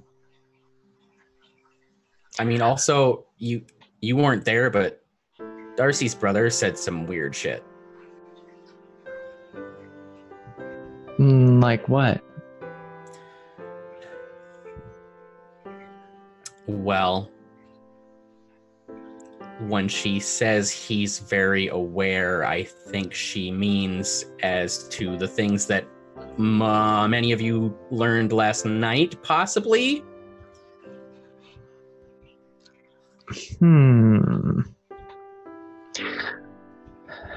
Yeah, okay. I'll check in with Darcy about that. Or that would be good to know before I I mean, I don't know if she knows. When I walked up in case she needed help, he specifically to me said something very weird that, I mean, I don't know what else to phrase it other than he's got an awareness of, like, our picture last night and other things that we've learned, like how Agatha's a witch or whatever. Magic. Yeah. Cryptids. Ghosts. I mean, I feel like we might as well just start saying the words, Sully, you know? Fair. Okay. It's less scary if you give it a name. Yeah.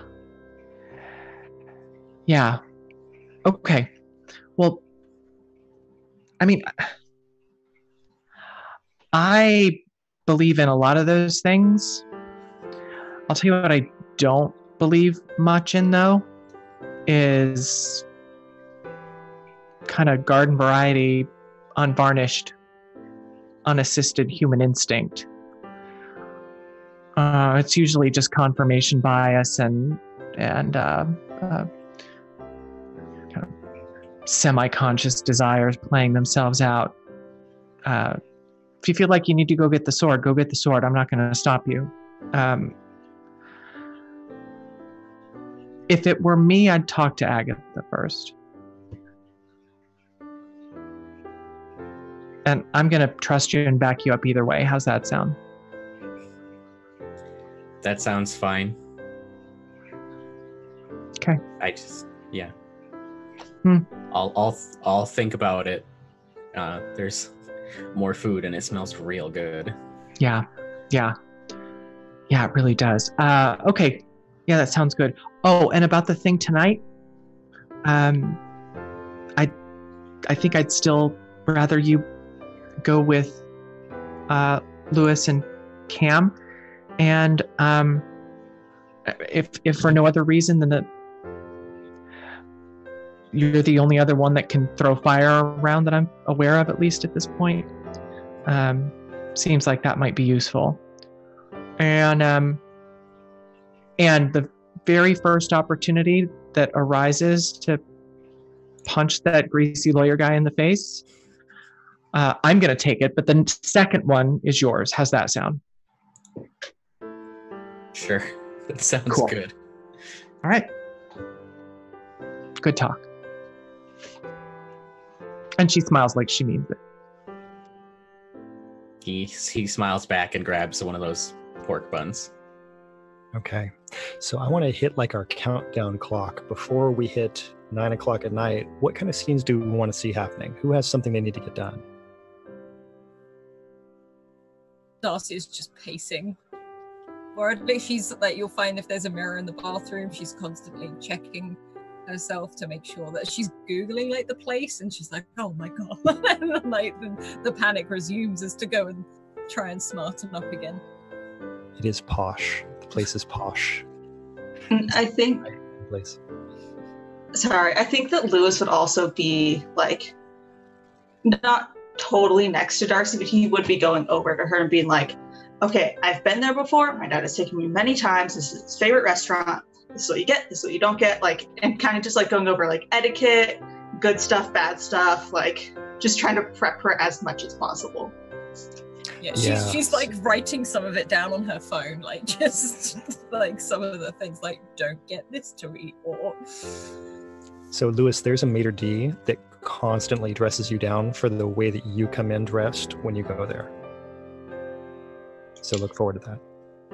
Yes, and I think I would know this. I hope that I'm not that oblivious. And so I would like say that to him, be like, oh, also, you know, there's this guy, and like, you know, so just watch out for that.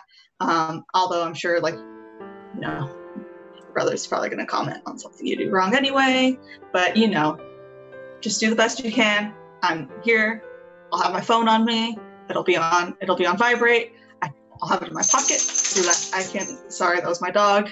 I'll have it in my pocket so that, you know, if you need me, I will be reachable.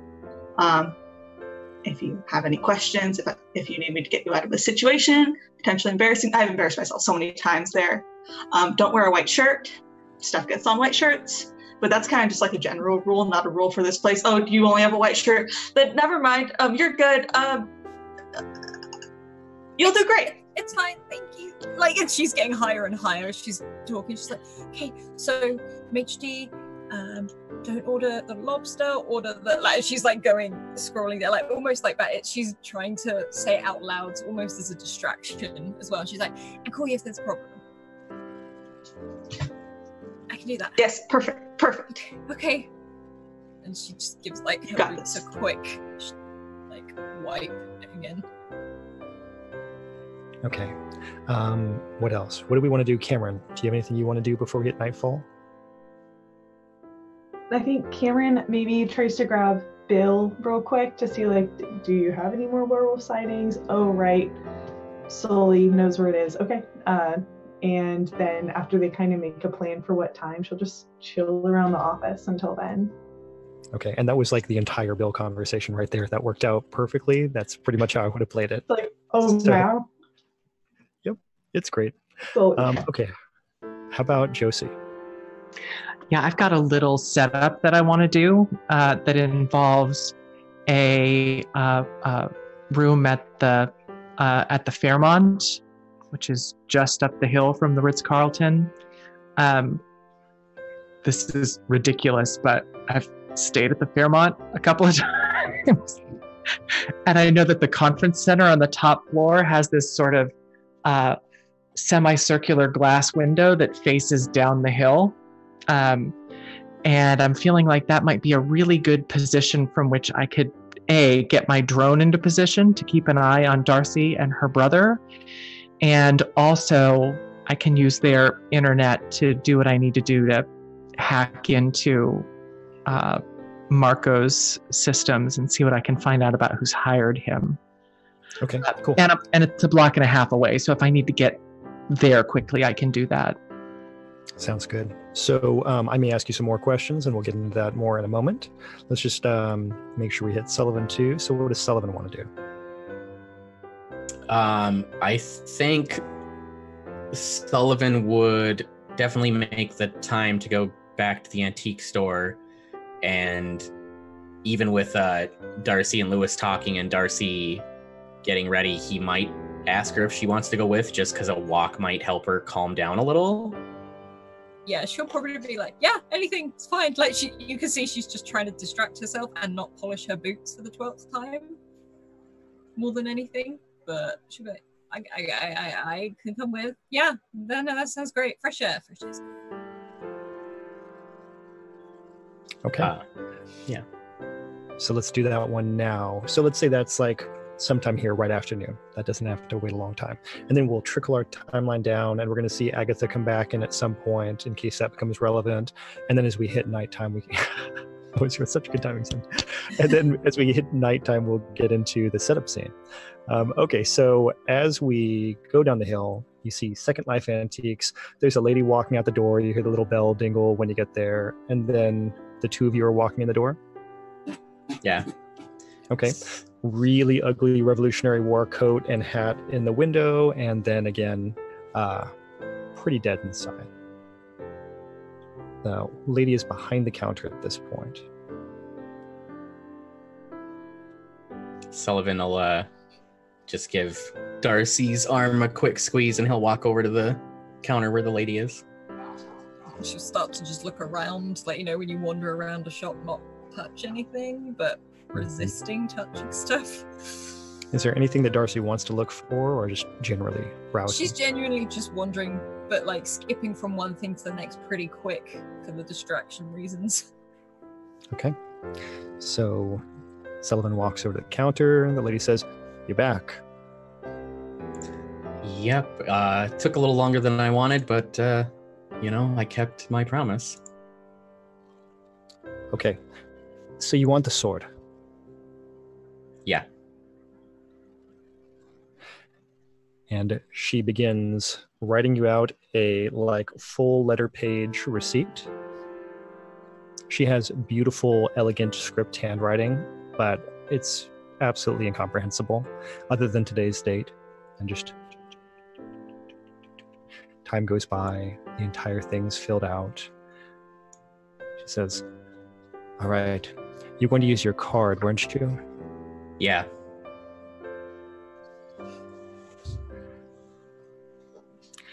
She takes it and runs it in the machine. Runs it again. Taps the machine on the table. And finally you hear this beep, and she hands you the card back. And then she passes it over to you, and you've got to, push a little approve button.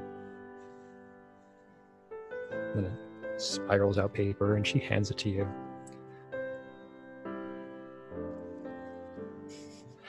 Okay, and she takes it back, and then she clips your receipt onto this big sheet that she's already done, and she says, if you have any problems, just call the shop.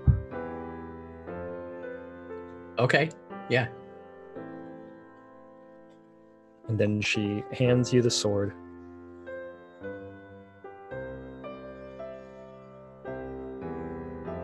Thanks, that was... Yeah. He'll look around for Darcy. Darcy? Yeah, Darcy looks just like, what?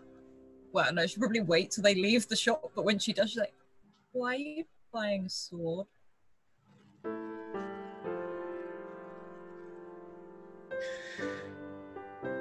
Would you believe I saw it in a dream? Well, I saw a werewolf yesterday, so yeah. That's why.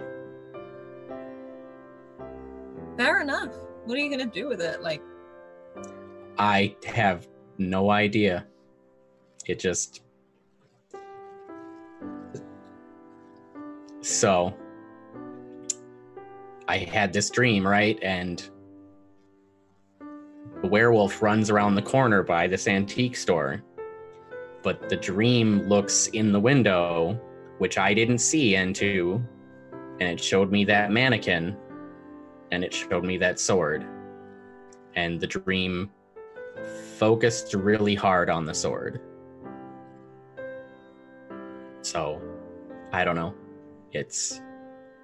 Something about it felt like more than a dream. well, normally if something feels right, it tends to be the right thing. Same way if something feels wrong, it's probably the wrong thing. Does anything feel wrong right now?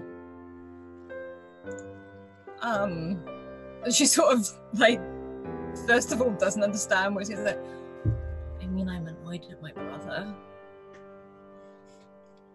I meant like, Josie came up with this great plan. Do you feel like it's the right thing to do? Oh, and she sort of just, I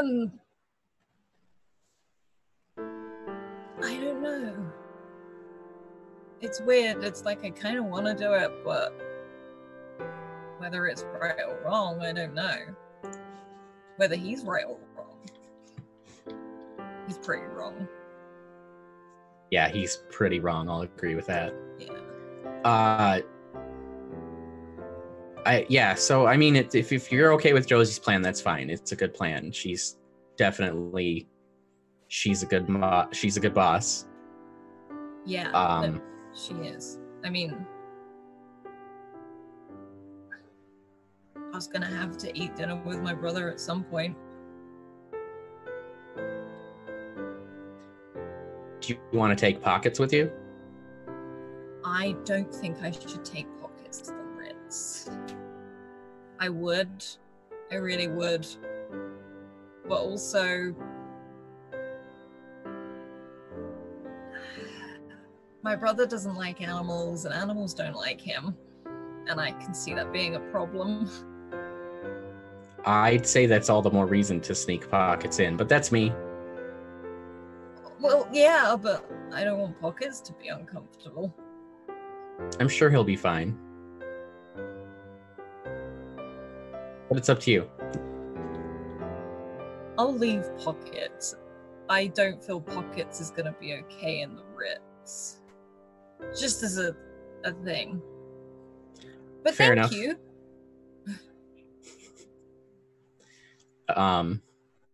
I have one more question before we, head back inside.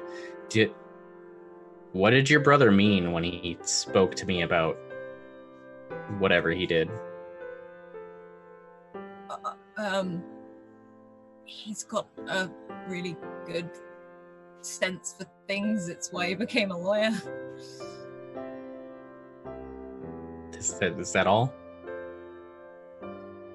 He's got a really good sense for things. He's kind of got the best combination. Ruthless, good sense, pretty cold, clever, and likes to be the winner.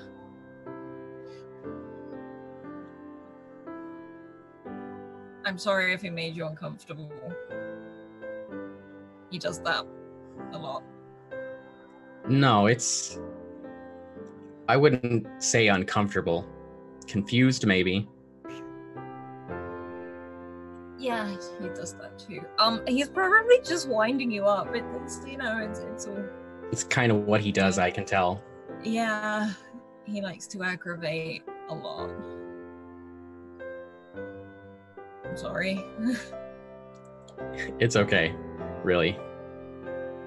Well, maybe after this stuff with your brother calms down, you could come over for dinner. Like actual food? Like food? Yeah, if you want, I'll cook again. I like to cook a lot, actually. Wow, okay. Yeah. I could go for some food. Like home cooked food that isn't instant noodles.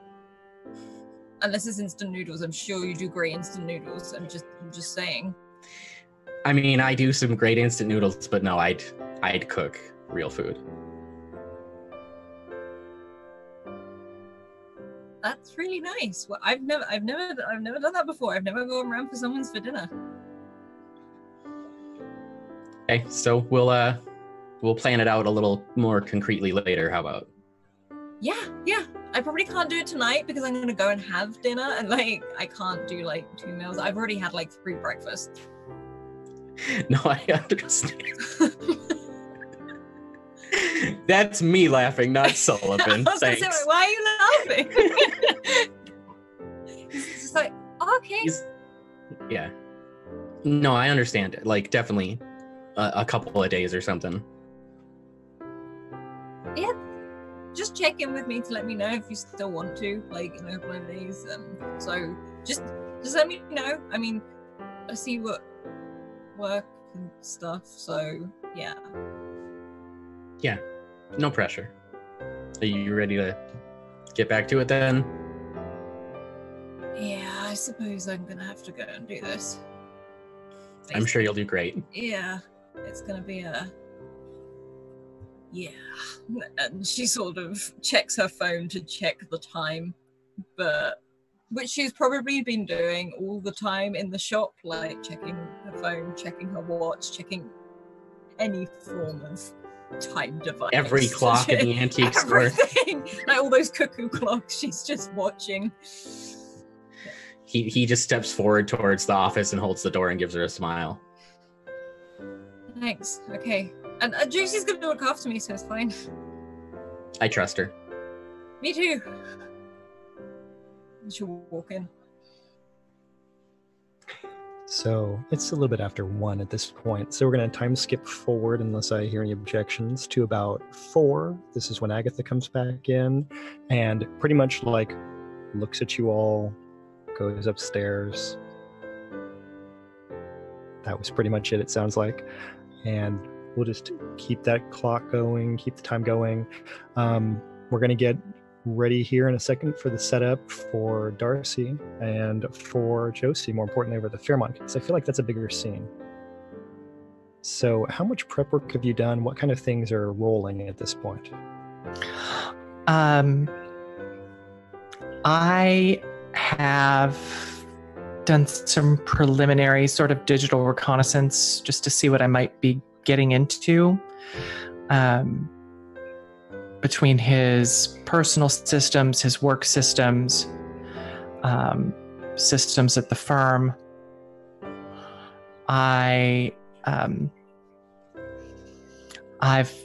done some recon as well, just to make sure that my guess was an accurate one, and I can keep a pretty good view of what's going on there on the roof of the Ritz from this perch at the Fairmont.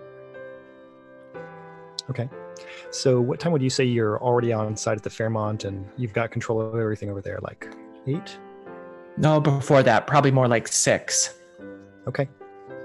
So you've been dealing with this for a while. You've got all the things you want locked down. You can get a good view across to the Ritz. Did you have anything you need to take care of? Like, what's your cash flow situation? How are you going to handle all this? Oh, that's a good point.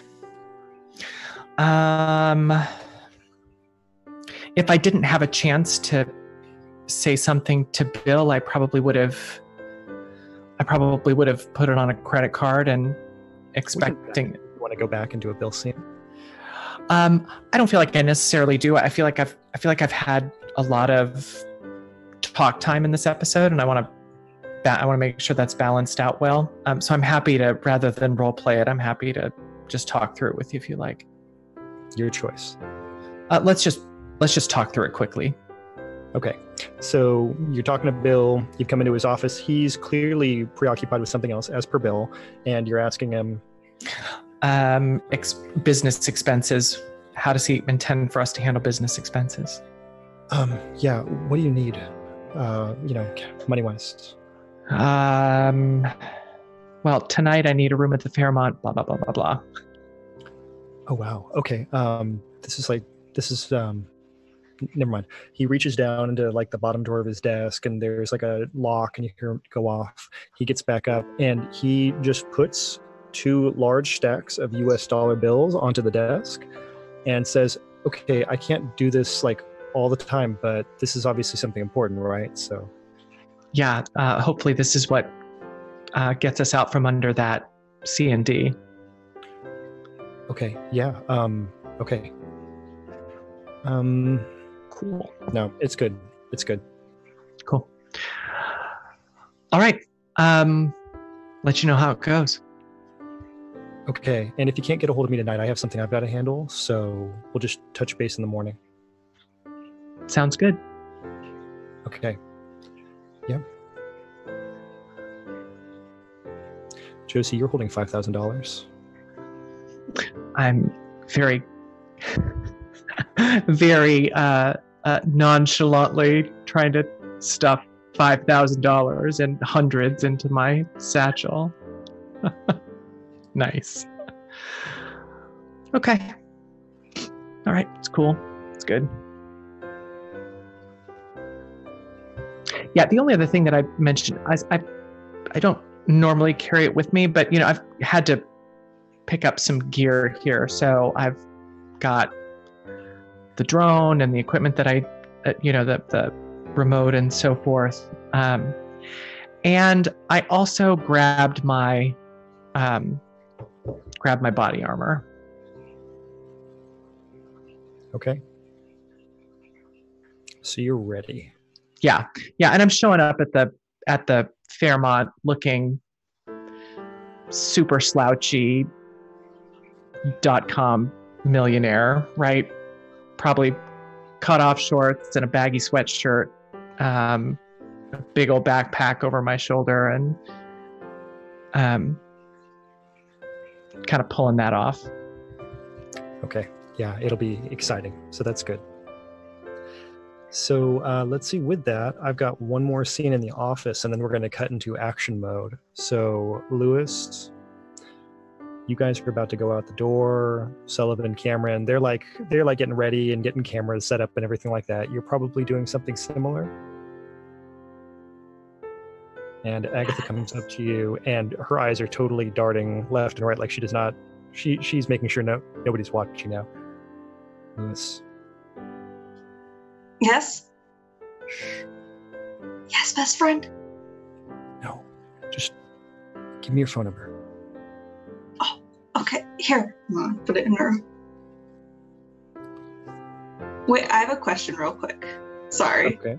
Yep. When I put my number in her phone, is it like on my contact? No, you had to make a new contact that's named Lewis. Okay, so can I put Lewis and then like in quotes put your best friend and then put my number in? Okay. Do that. Yeah. It's really important. I'm sorry. That's fine. So she's done. She says, okay. If I have to call you, I might need your help. Oh, for what? Is it like best friend help? No.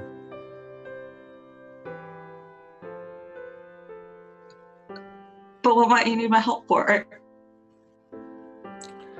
Look, I probably won't call you, okay? Okay. All right. She walks away.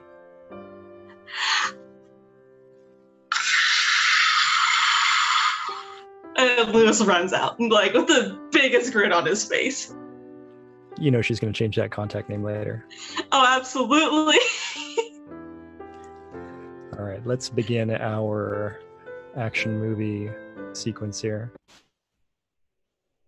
So we know what's going on over the Fairmont. We know Josie's set up.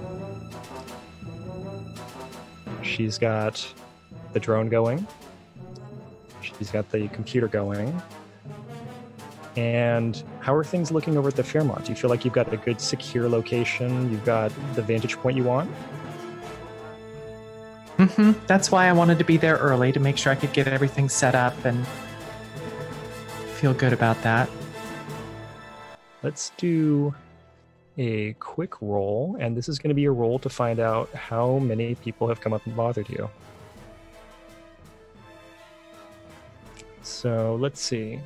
You're looking at an intellect task, and you're going to be lying and tricking people, right? So that's a skill you have. Mm-hmm. So this generally 3 difficult task is going to be a difficulty of 2, unless you want to do something to grease the wheels and make it easier for yourself. No, I'm good with the difficulty 2. Okay. So let's go ahead and make a roll and hope for really low numbers. All right. Well, How about... he's good at this. Not my first rodeo. Not your first rodeo. You've somehow managed to convince just like the right people. You were putting off the air of don't bother me, but also I'm important. And that combination has made it where you're not getting bothered by people who are coming here for a drink, but also you do have the exact seat you want. So nice. Good. Yeah. So you're all set up. There's nothing really to talk about. There's nothing that's happening in the, what's the thing? There's nothing that's happening in the Ritz-Carlton Lounge. There's no sign of Marco being there early or extra people movement or anything like that. It's a kind of a high-end restaurant that turns a little bit more nightlife-esque, but it's not really a nightclub or anything. Cool. So I am, I've just got the drone kind of on station keeping, just not staying in one place for the whole time, but moving around every once in a while just to so it's not just like a sitting duck in the middle of the air, but always want to be able to kind of keep that view. And as soon as I can get them in view, I want to be able to do that. I wonder if maybe if would Darcy have allowed me to track you by GPS so I'd know where you were at some point? She would have allowed it. Okay, cool. So I'll have a clear sense of when she's going to show up, and I'll be keeping track of her location. And in the meantime, while I'm waiting for that, I'm continuing just to get everything set up for a couple of quick penetration attacks into the systems there at Volpe Ragno and Moretti and his personal system. If I discover that he's got like a home server, I want to be able to get into that as well. Okay. So for free, you've already gotten like a look at what Volpe Ragno Moretti is like. That's going to be a thing. Not only are they personally kind of well protected, but they're in a building that has good infosec security. As far as you can tell, he does not. Other than the fact that he has like a work login VPN type situation, he's probably not very technically savvy. He has like an iTunes account. Oh, cool. So I'm looking to get into his personal email then as well. Like if he's got a Gmail account that he's using, or if I'm able to scrape up a Tinder account or something like that. I'm just looking for ways in. Okay. That'll be good. So with all that, we're going to cut over to the office. It's 8:50. There is a knock on the door at Horoscoops. Darcy sort of like, that's probably for me. And she sort of like runs over, stops by the door before she opens it, straightens stuff up, and adjusts her glasses, sort of rubs her hair, and just opens it. Hello.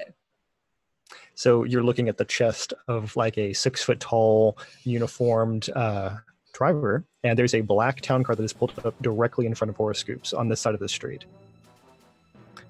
Are you Miss Moretti? I am. This way, please. Thank you. And she sort of and he opens the back door of the car, and it's just back door like town car seating. Okay.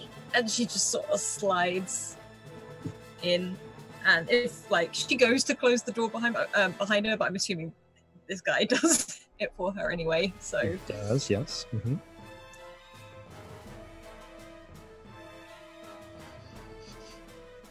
And she sits with her hands in her lap and waits.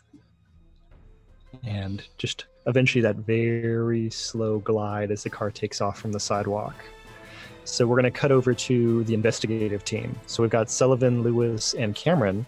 Are you all still at the office, or what have you done?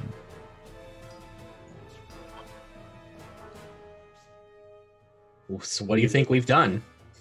I bet we probably waited for Darcy to leave, for sure. We weren't going to leave her there. I don't think any of us would have left her there. Plus, we had whatever leftovers to eat from the 3 meals we've had. Yes, absolute priorities. Probably most of this. Okay, so you said you had a lead on this, right? Right, Sully? Yeah, I saw down where it ran off for a little bit. Do you think we could just go and start heel toeing it in that direction? Might as well start with the last place you saw it. Yeah, if that's what you want to do. I'm good with that. Yeah, I think that's a good idea. Let's go. I guess you lead the way, Sully. Sure. Make sure your cameras are ready in case we see anything. You're team captain! Okay. What's our team color, Lewis? Are we, gold team, red team? We should be red team. Okay, Definitely that's good. Red team was on the X-Wings. That's good. Yeah. Yeah, definitely. Okay. Hashtag go red team. Hashtag Captain Sully. I like it. Sure. It's good. Yeah, I always have my camera. It's in my backpack, so I'm good to go. It's next to my fire extinguisher that I will 100% forget if you decide to set me on fire again. I hope to not set anything on fire, but we'll see what happens, I guess. It would definitely make a better story if something gets set on fire. And we see Cameron's like pulled up a note on her phone where she's typed in hashtag Team Red, hashtag Captain Sully, hashtag like Red Leader 1, and is like starting to go to town as they're like walking down the hill. So yeah, he leads them down to the antique shop and around where he last saw the werewolf. Well, so one thing that I want to let everybody know is that Bill left a little while earlier in the night.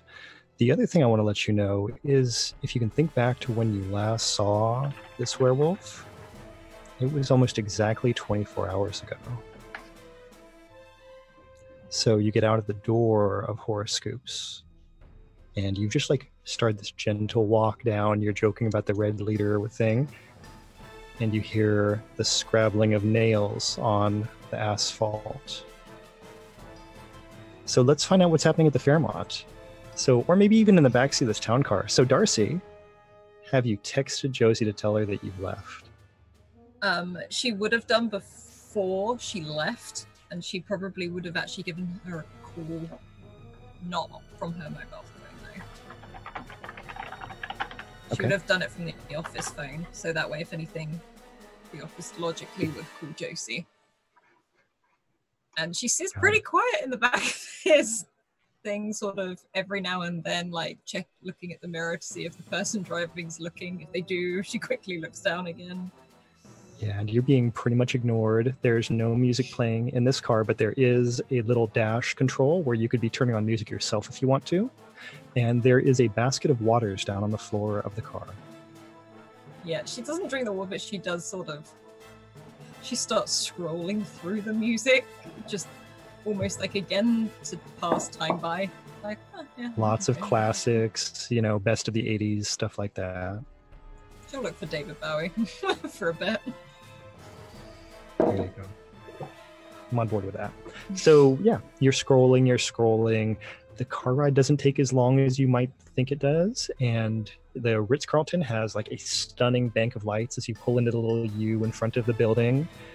And there's actual red carpet. There's valets, and your driver comes around and opens the door for you. Thank you. And she sort of stands up and looks up at this place. For a brief moment, she sort of takes off her glasses and puts them away. When you're ready to leave, I'll be right here. Okay, thanks. Thank you. Yes. And starts to walk in awkwardly if the person doesn't continue talking.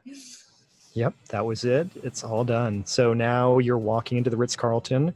You knew you were underdressed when you got here, so I'm not going to belabor that point. But yes, you are getting looks. There are several looks.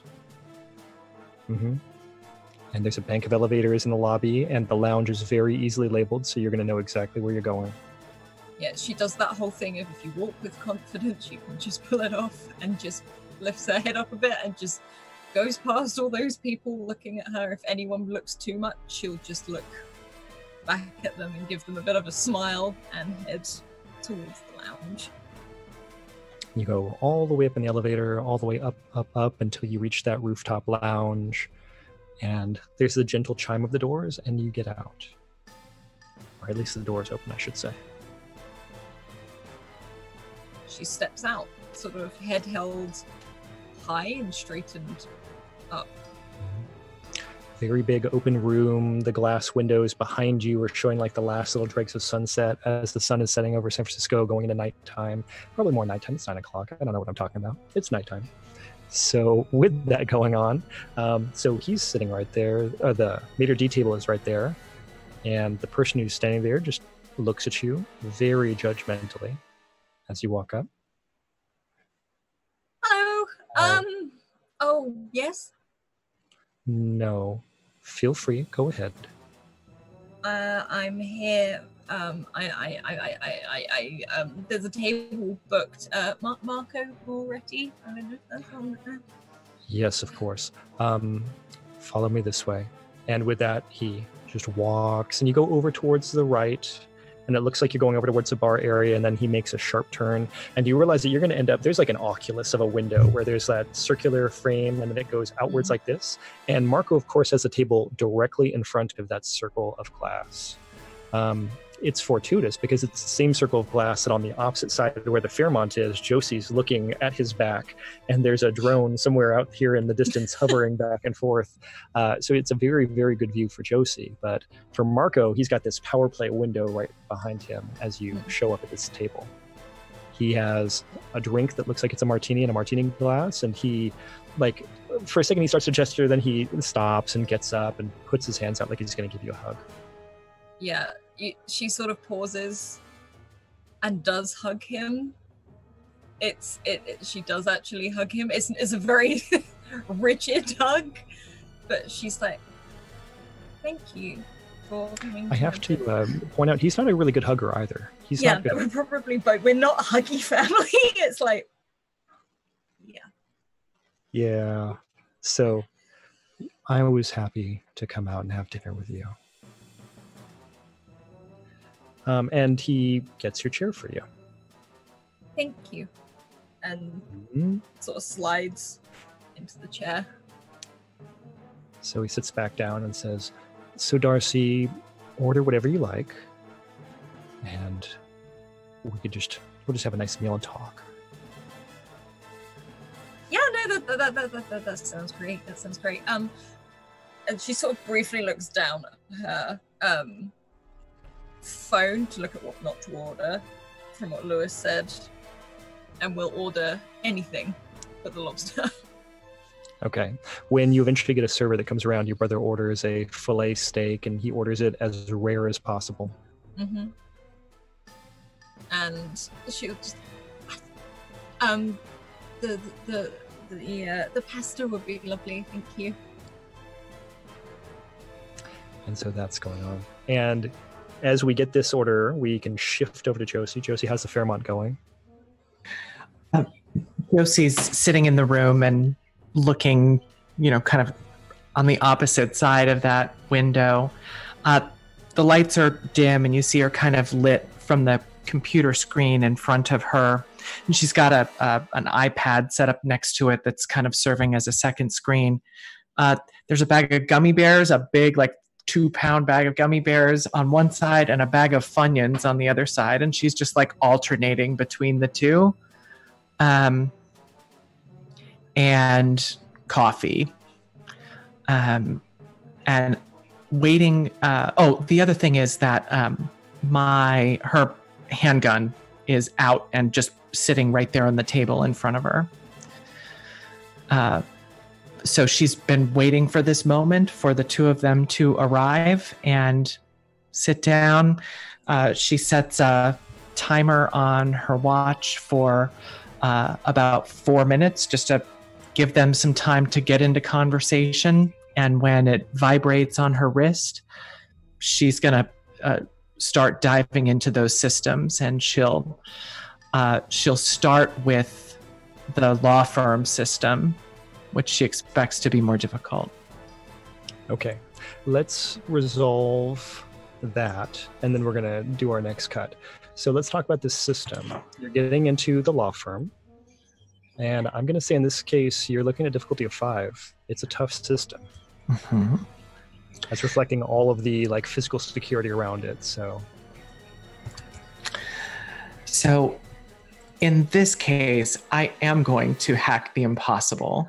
And I was just looking at it. It is an action, not an enabler. So does that mean there is no role? There's just a cost?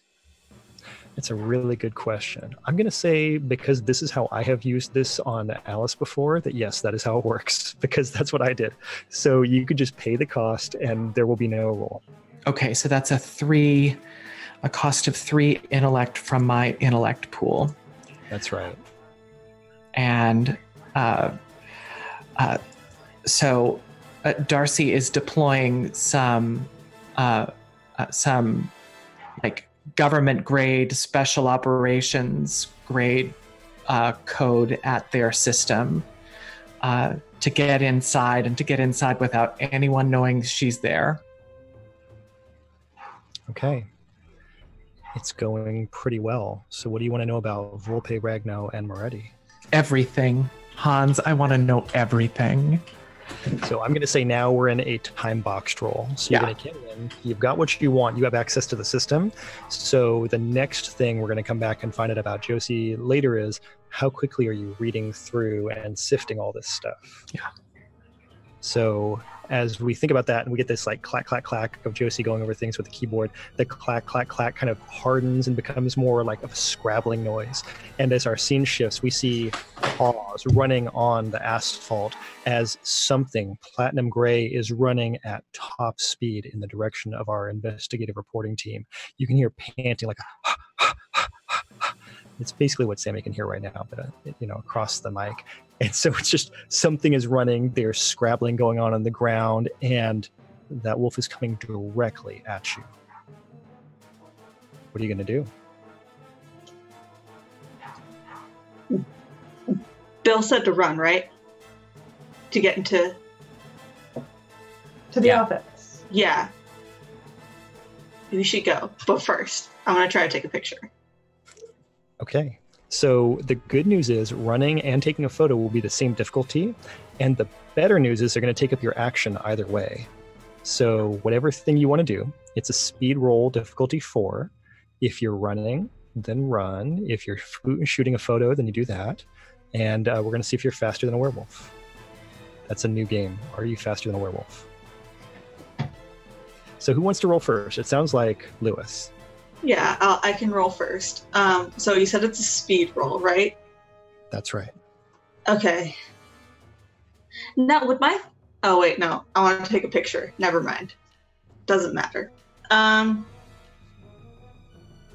Okay. I don't think I have anything to help me. Sorry, that's what I was looking for. I'm speed roll 4. How do I... Oh, gosh. Did I accidentally... I accidentally clicked it. Push a button, but we can go through it again. Yeah, sorry. Do I? Is that the button I was supposed to push? Pushing the button next to speed, yeah. I see. Nope, I remember this. So it's 4. If you want to keep that, that's fine. By the way. I use an advantage, but I wasn't planning on being that mean to you. So yeah, it's a 4. If you want to use any effort, you can use effort. You have no assets. I have no assets. Yeah, I think I do want to use some effort. So do I just click and would it be how much effort is it? I just want to use spend 1 effort right now. So you would put 1 under full effort, and it would cost you 3 points out of your speed pool, and you would just deduct that yourself. Okay. And then so now do I click the speed button or? Yeah, you click the speed button and everything should be. Okay. Oh, perfect. You're welcome. I'm so happy. That could not possibly have been a better thing. You said it cost 3 points, right? That cost you 3 points, yes. Okay, perfect. I can math. That's great. So let's talk about what Sully and Cameron are doing while this happens. Oh my gosh, I want John Cena to host that show. That's great. Okay. Do you know Sarah? what Cameron's gonna do, Sarah? Yeah, so I think Cameron starts to say yeah, we gotta go, and then sees Lewis go for the camera and starts to reach out to grab at his arm and say no, there's that thing, it's coming, and she's motioning to try and get everyone to run, but isn't actually running until everyone's kind of moving up the hill. Okay. So I draw the sword. Perfect. That's why I waited to be last, because I knew it right away. All right, so we have a sword. We have Cameron pulling on Lewis, and Lewis, you have not got the photo. When Cameron jerked on your arm, you hit the shutter a couple times over here off in the distance, but you've totally messed up your focal distance. So this is going to take you some time to get there and get set. So what are you going to do? Wait, is that all? I don't think now, so. For this immediate second, that is what's going on. Oh gosh, I don't trust me. Okay, yeah, I'm gonna turn and run. Cool. Okay. Yeah. So we're in the middle of all of that hot mess, and Sullivan, Cameron, you still have not made a roll. So if you want to be faster than a werewolf, this is where you do it. And what the werewolf is doing is lunging jaws first, right at Lewis's belly as he turns around. I would like to try and be faster than the werewolf. Okay, so this is a speed roll difficulty 4. Can Cameron, instead of trying to just an initiative roll, I should say.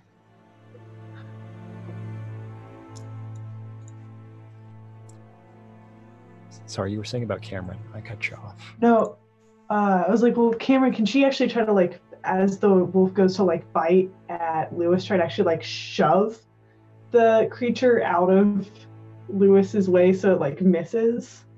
Yep. All these things require you to be faster than the werewolf. Okay.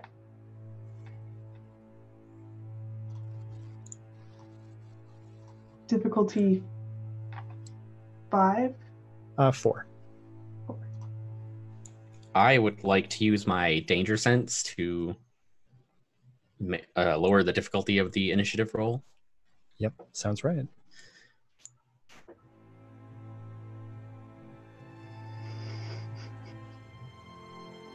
And I'm going to spend my advantage too.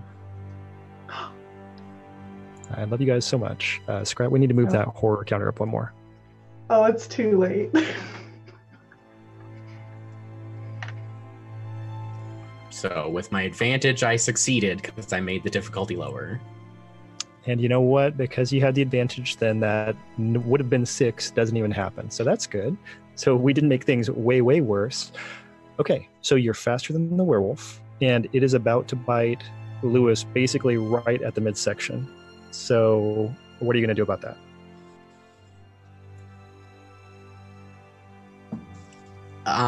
Sullivan is just gonna put himself in the way, sword down, so that it's lunging towards him and the sword. Okay, so I think you have to make a might defense roll to interpose yourself.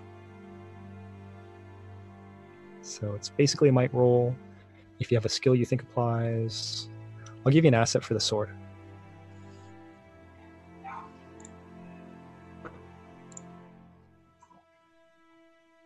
I'm going to spend some effort. I can math, I swear. Let's see.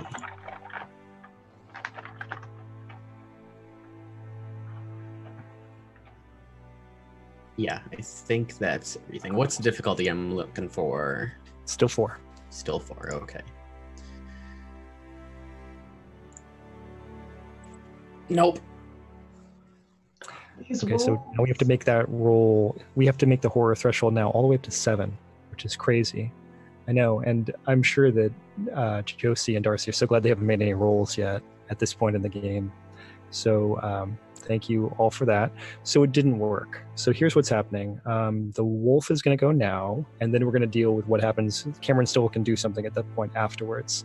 Everybody else has done something. So the wolf lunges at Lewis. Lewis, your body is right there. About the only thing you're going to be able to do is to try to twist out of the way last second speed defense roll. But it's going to hit you like right at the midsection. Okay. I mean, if that's the only thing I could do, then I guess I'm going to do it. Going to get bitten otherwise, yeah. Yeah. So you said it was a speed? Speed defense. Okay, and it's still 4? Still 4. And our horror threshold is at 7? That is correct. It is wonderful. I'm going to use one of my advantages. That is a good idea. I need to make that. So I will. Not to interrupt, but since the horror threshold is so high, we all also have an auto success. Yeah. I mean, do you still want me to roll? I'll still roll my advantage because I already called it. But, you're doing good. yeah, but you know, if I have advantage and I called it, I might as well still roll that second one. But yeah. You are very fair. That's true. You could have done something phenomenal even beyond that, but 19 is really good. So this wolf, about 1 second ago, had your fanny pack strap in its mouth and probably would have swallowed the entire thing. You've managed to like twist out of the way. So not only are you safe and undamaged, but also you have a fanny pack. So that's pretty cool. That's what people want in life. So with that, Cameron, this wolf just tried to take a big bite out of your friend. What are you going to do? I think Cameron is like just barely registering that happened. I think she's still going to go for the move to like bodily shove it out of the way and maybe like trying to help that move happen and I don't know, injure it a bit. She's like looking around and has literally nothing else she can do. Yep, that sounds really good. So it's a might roll against the werewolf. What difficulty? It's still 4. Still 4. and she'll put some oomph into this, and I'll roll with effort.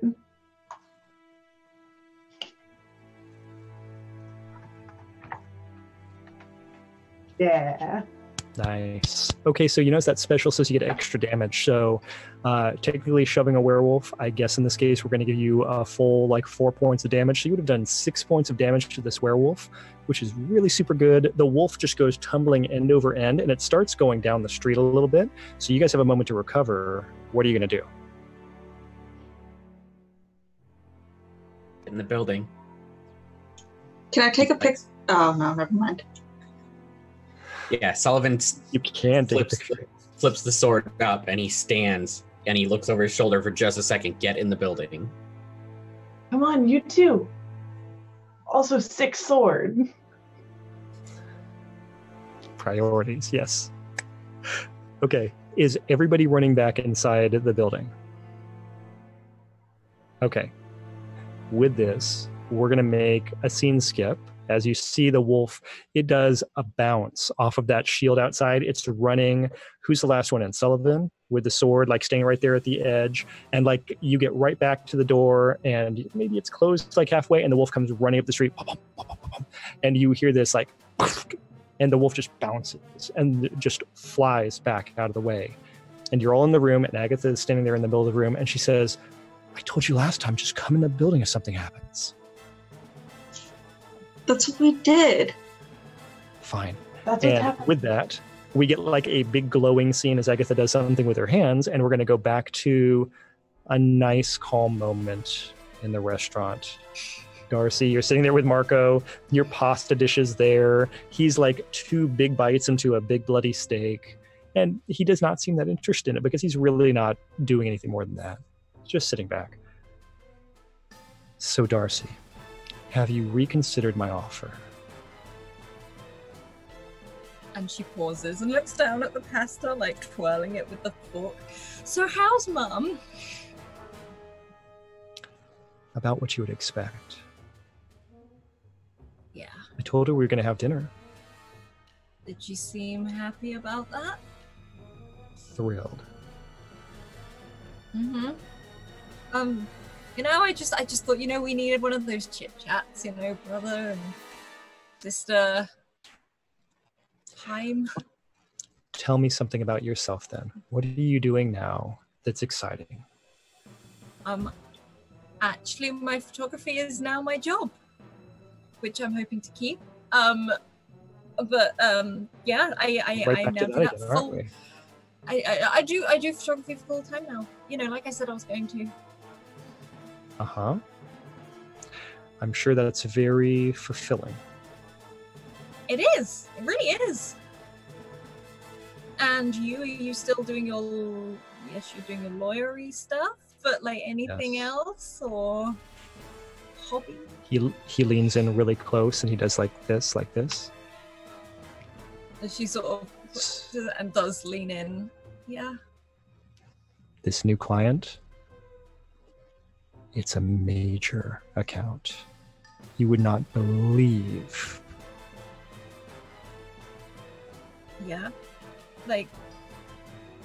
How so? This is someone who really has some pull. Like who?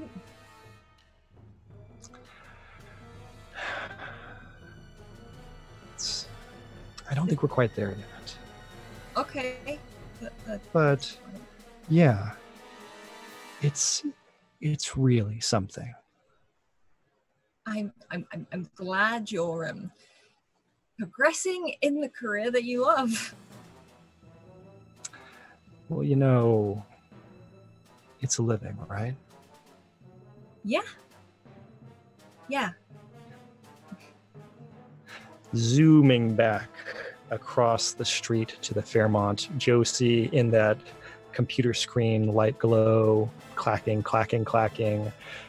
Okay, are you ready to see what you can sift out of this gigantic law firm? Yeah, definitely. My first priority is figuring out who's retained them to drop this cease and desist on us. Okay. So let's talk about what we're going to use to do this. I figure we're looking at a difficulty of 4. Okay. Got a skill you can use in this one way or the other because you have so many cool skills. So you'll be well suited to this skill-wise. And then assets, I don't know, do you feel like we have any assets in this case? I mean, other than the equipment that I'm already using, right? Yeah, let's do an asset here. Because, I mean, we're looking for a very specific set of things first. Yeah. So let's say that's our asset. If we do really good, we're going to get more. If we don't hit the threshold, we're just not going to find that thing. Okay, that sounds good. So you've got the asset, you've got the skill. So we're really looking at a 2. Okay. So again, I just want to, looking back at the screen to verify. Yeah, I have an auto success and an advantage to work with here. I'm going to use the advantage here. How's that? It's a good call. Makes sense. Nice. Well, there you go. You know what, though? It was worth it. It was absolutely worth it. So let's talk about your hacking the impossible. So we've got a 19 here. We've hit that minor effect. So why is this so good? What's going to happen for you that's going to be really beneficial as you're working? I think it would be, my assumption would be that information, the actual names of their clients, right, is going to be hidden behind, they're not retained by a client, they're retained by a shell company that's owned by, a family member of the actual client, something like that. What I'd like to be able to do is kind of penetrate through all that and just find out who this person is. Okay, I think that's very reasonable based on this very good roll you've done. So you're digging and sifting and you've basically like scrubbed through a couple of layers. The crazy thing about this particular law firm is they have one set of files, which are their normal client files. And they have basically like the other side of the books where they're keeping tabs on all of their clients too. So if you do business with them, they've got their blackmail file on the same system, just waiting for you. So there is no first name. There's just an M like Monsieur or something like that, like it's French. And the last name is spelled Archau, which I'm pronouncing Archau, but you can say however you want.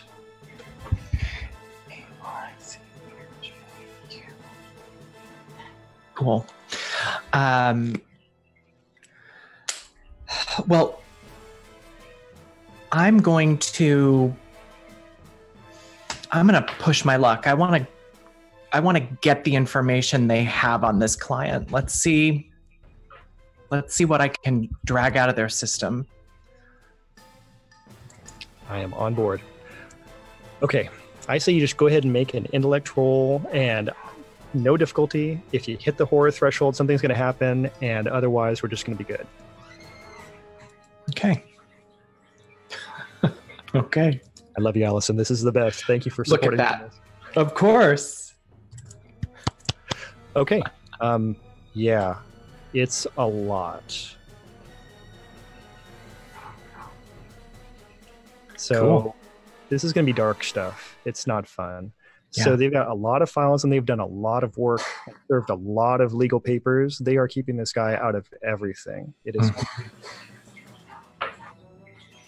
Okay. I'm not necessarily, once I feel like I've got that package, I am,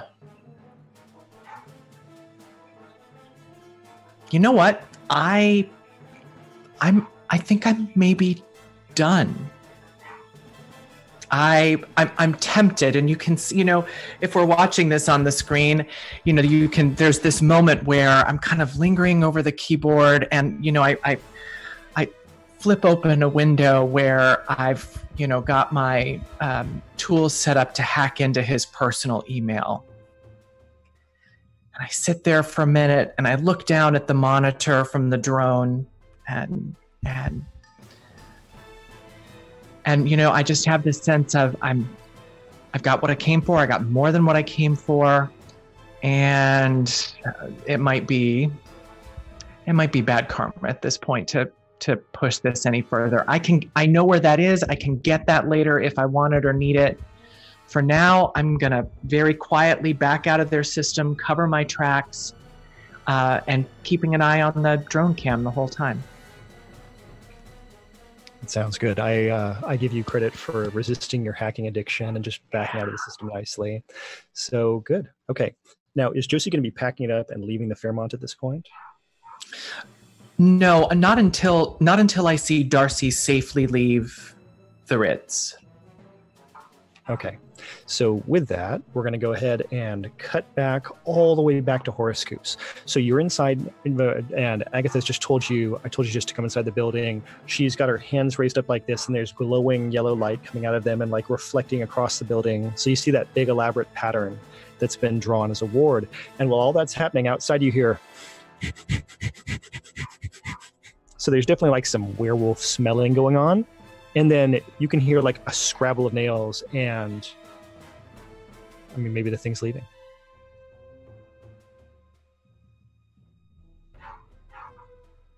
Bark, bark. Hey, Agatha, why, and I'm sorry if you need to concentrate, but why do these things want to get in here? It's fine. I don't know. I took a picture of it that one time. I don't think it liked that. And that's it? There's I mean, not... I don't... You're the reporter. Was it trying to get in before you took a picture of it, or did it only start happening after you took a picture of it? Okay, I just said this. I took a picture of it, then it started showing up. And then, did you have the wards up before or after, or has that been like an always thing for this place? Okay, they were there before, but I made them better. Do other things try to get in here? Other things you've taken pictures of? No, I don't take a lot of pictures of stuff myself. No, maybe? I don't know. And the wards will hold the thing out, because that seems to be what they do, right? It's worked so far. And then Karen wants to go and peek outside to see if it's still there. I was going to say the same thing. Okay, so you guys are at the window at this point looking, and the wolf is like, you could see it running down the hill in the direction opposite of you all, basically right where you came back from. Can I go outside and try to take a picture? Sure. Of course you can. Okay. Is it going to be the same speed? You know it is. It's got to be. With 4? Yep. Oh, this is such a bad idea, you guys. Oh no, I forgot about the counter. Okay. Hey, let's face it, role-playing games are mostly bad ideas, right? Yep. Do your worst to me, Hans. Thank you, I will do so. Okay, so you rolled that. So you're like focusing, and again, action photos like this, it did not go great. You have like a tail, and it looks like somebody put their thumb over the camera, basically.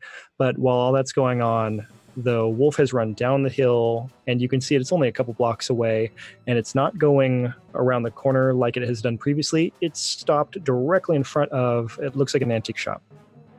And with that, we do, you know what? I feel bad raising the horror threshold anymore. I'm just going to do something concretely bad.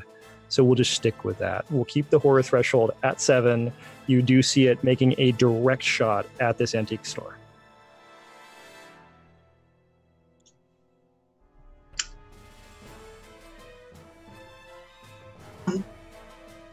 I'm going to run after it.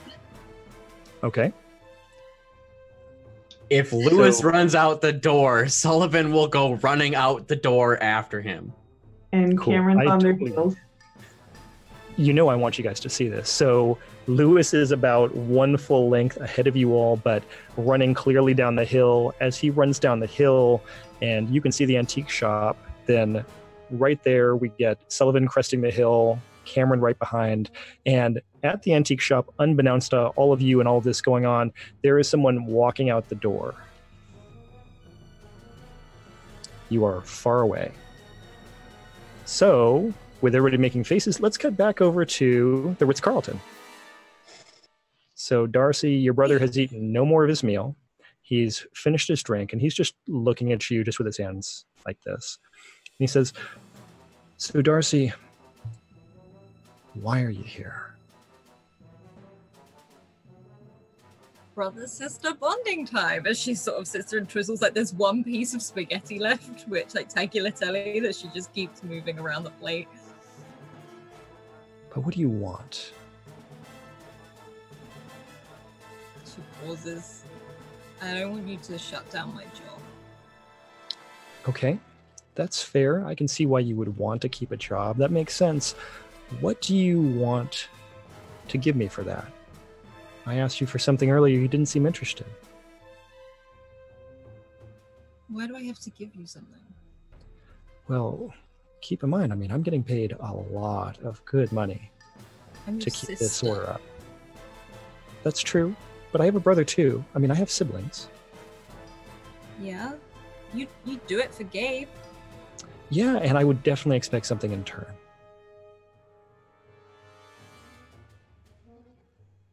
And she sort of pauses. What would you want? "I really need a favor." What kind of favor, Marco? "It's going to be easy. You're already there every day." What favor, Marco? "So in Horoscoops, there's this room upstairs. I need you to get something for me." Cut away. Antique shop. You hear a high-pitched scream as the woman who is walking out the door, not the old lady, this is a taller woman, hair in a ponytail, wearing like a long coat, as she hears this snarl as this wolf is jumping down the hill, and right there at that moment, what are you going to do? Lewis. Is the wolf... Oh, I'm sorry. I yelled Lewis first. No, that's cool. I'm gonna jump in between her and the werewolf. Okay. And how about Sullivan? Is the wolf with... So, because ranges are a little vague, is the wolf still within long range? I would say unless you are running fully at the wolf or something similar, yes. I'm totally still running, but also I think I might light the wolf on fire again. Okay. And let's finish out with what Cameron's going to do, because I hate to do this to you guys, but we are going to pull the plug in this scene. So Cameron, what are you going to be going out on? I think she's barreling forward as well and realizes once again I have nothing, and will scream at the woman, "Go back inside," as she tries to like yank at the wolf's tail. And like, You're going to have to run pretty far for that. so that's what she wants to do. She's like, I guess, running and like trying to grab to do, that's the only thing she can think of doing. Yep. It's going to be a thing. So when we come back next time, everybody's split up. We've got Josie in the Fairmont. We have Darcy having this conversation over dinner with her brother. And we have, I'm going to keep calling it as the investigative reporting team, standing outside of an antique shop where a werewolf is attacking a woman. It's a lot. It's a lot, just period. We'll look forward to that next time, I guess. Okay, so we don't need outros because we have credits now, right, Alice? Yeah, that's correct. Sorry, I want to play a game again. No, I was like, oh, dang, it's 10 o'clock. We're just going to have to end there. It's too bad you guys had to have so many nice bonding moments and things like that. Set this up so well. But on the other hand, it's not too bad at all. So I'm looking forward to it. It should be a lot of fun next week. Alice, you want to take it away? Yeah, awesome. Thank you so much. I am so obsessed with this game. It's actually ridiculous. Otherwise, please check out all the links coming up in chat now. Also, a huge thank you to our wonderful sponsors in the form of Bird in the Storm and also Mage Emperors, who we really couldn't do this without. So thank you so much. Also, go check out the Discord. Go scream into the abyss. What are your theories? What do you think is going on? We want to hear it. Do you have favorite bits? We'd love to hear it. Otherwise, keep evoking emotions, everyone, and we'll see you same time next week. Bye.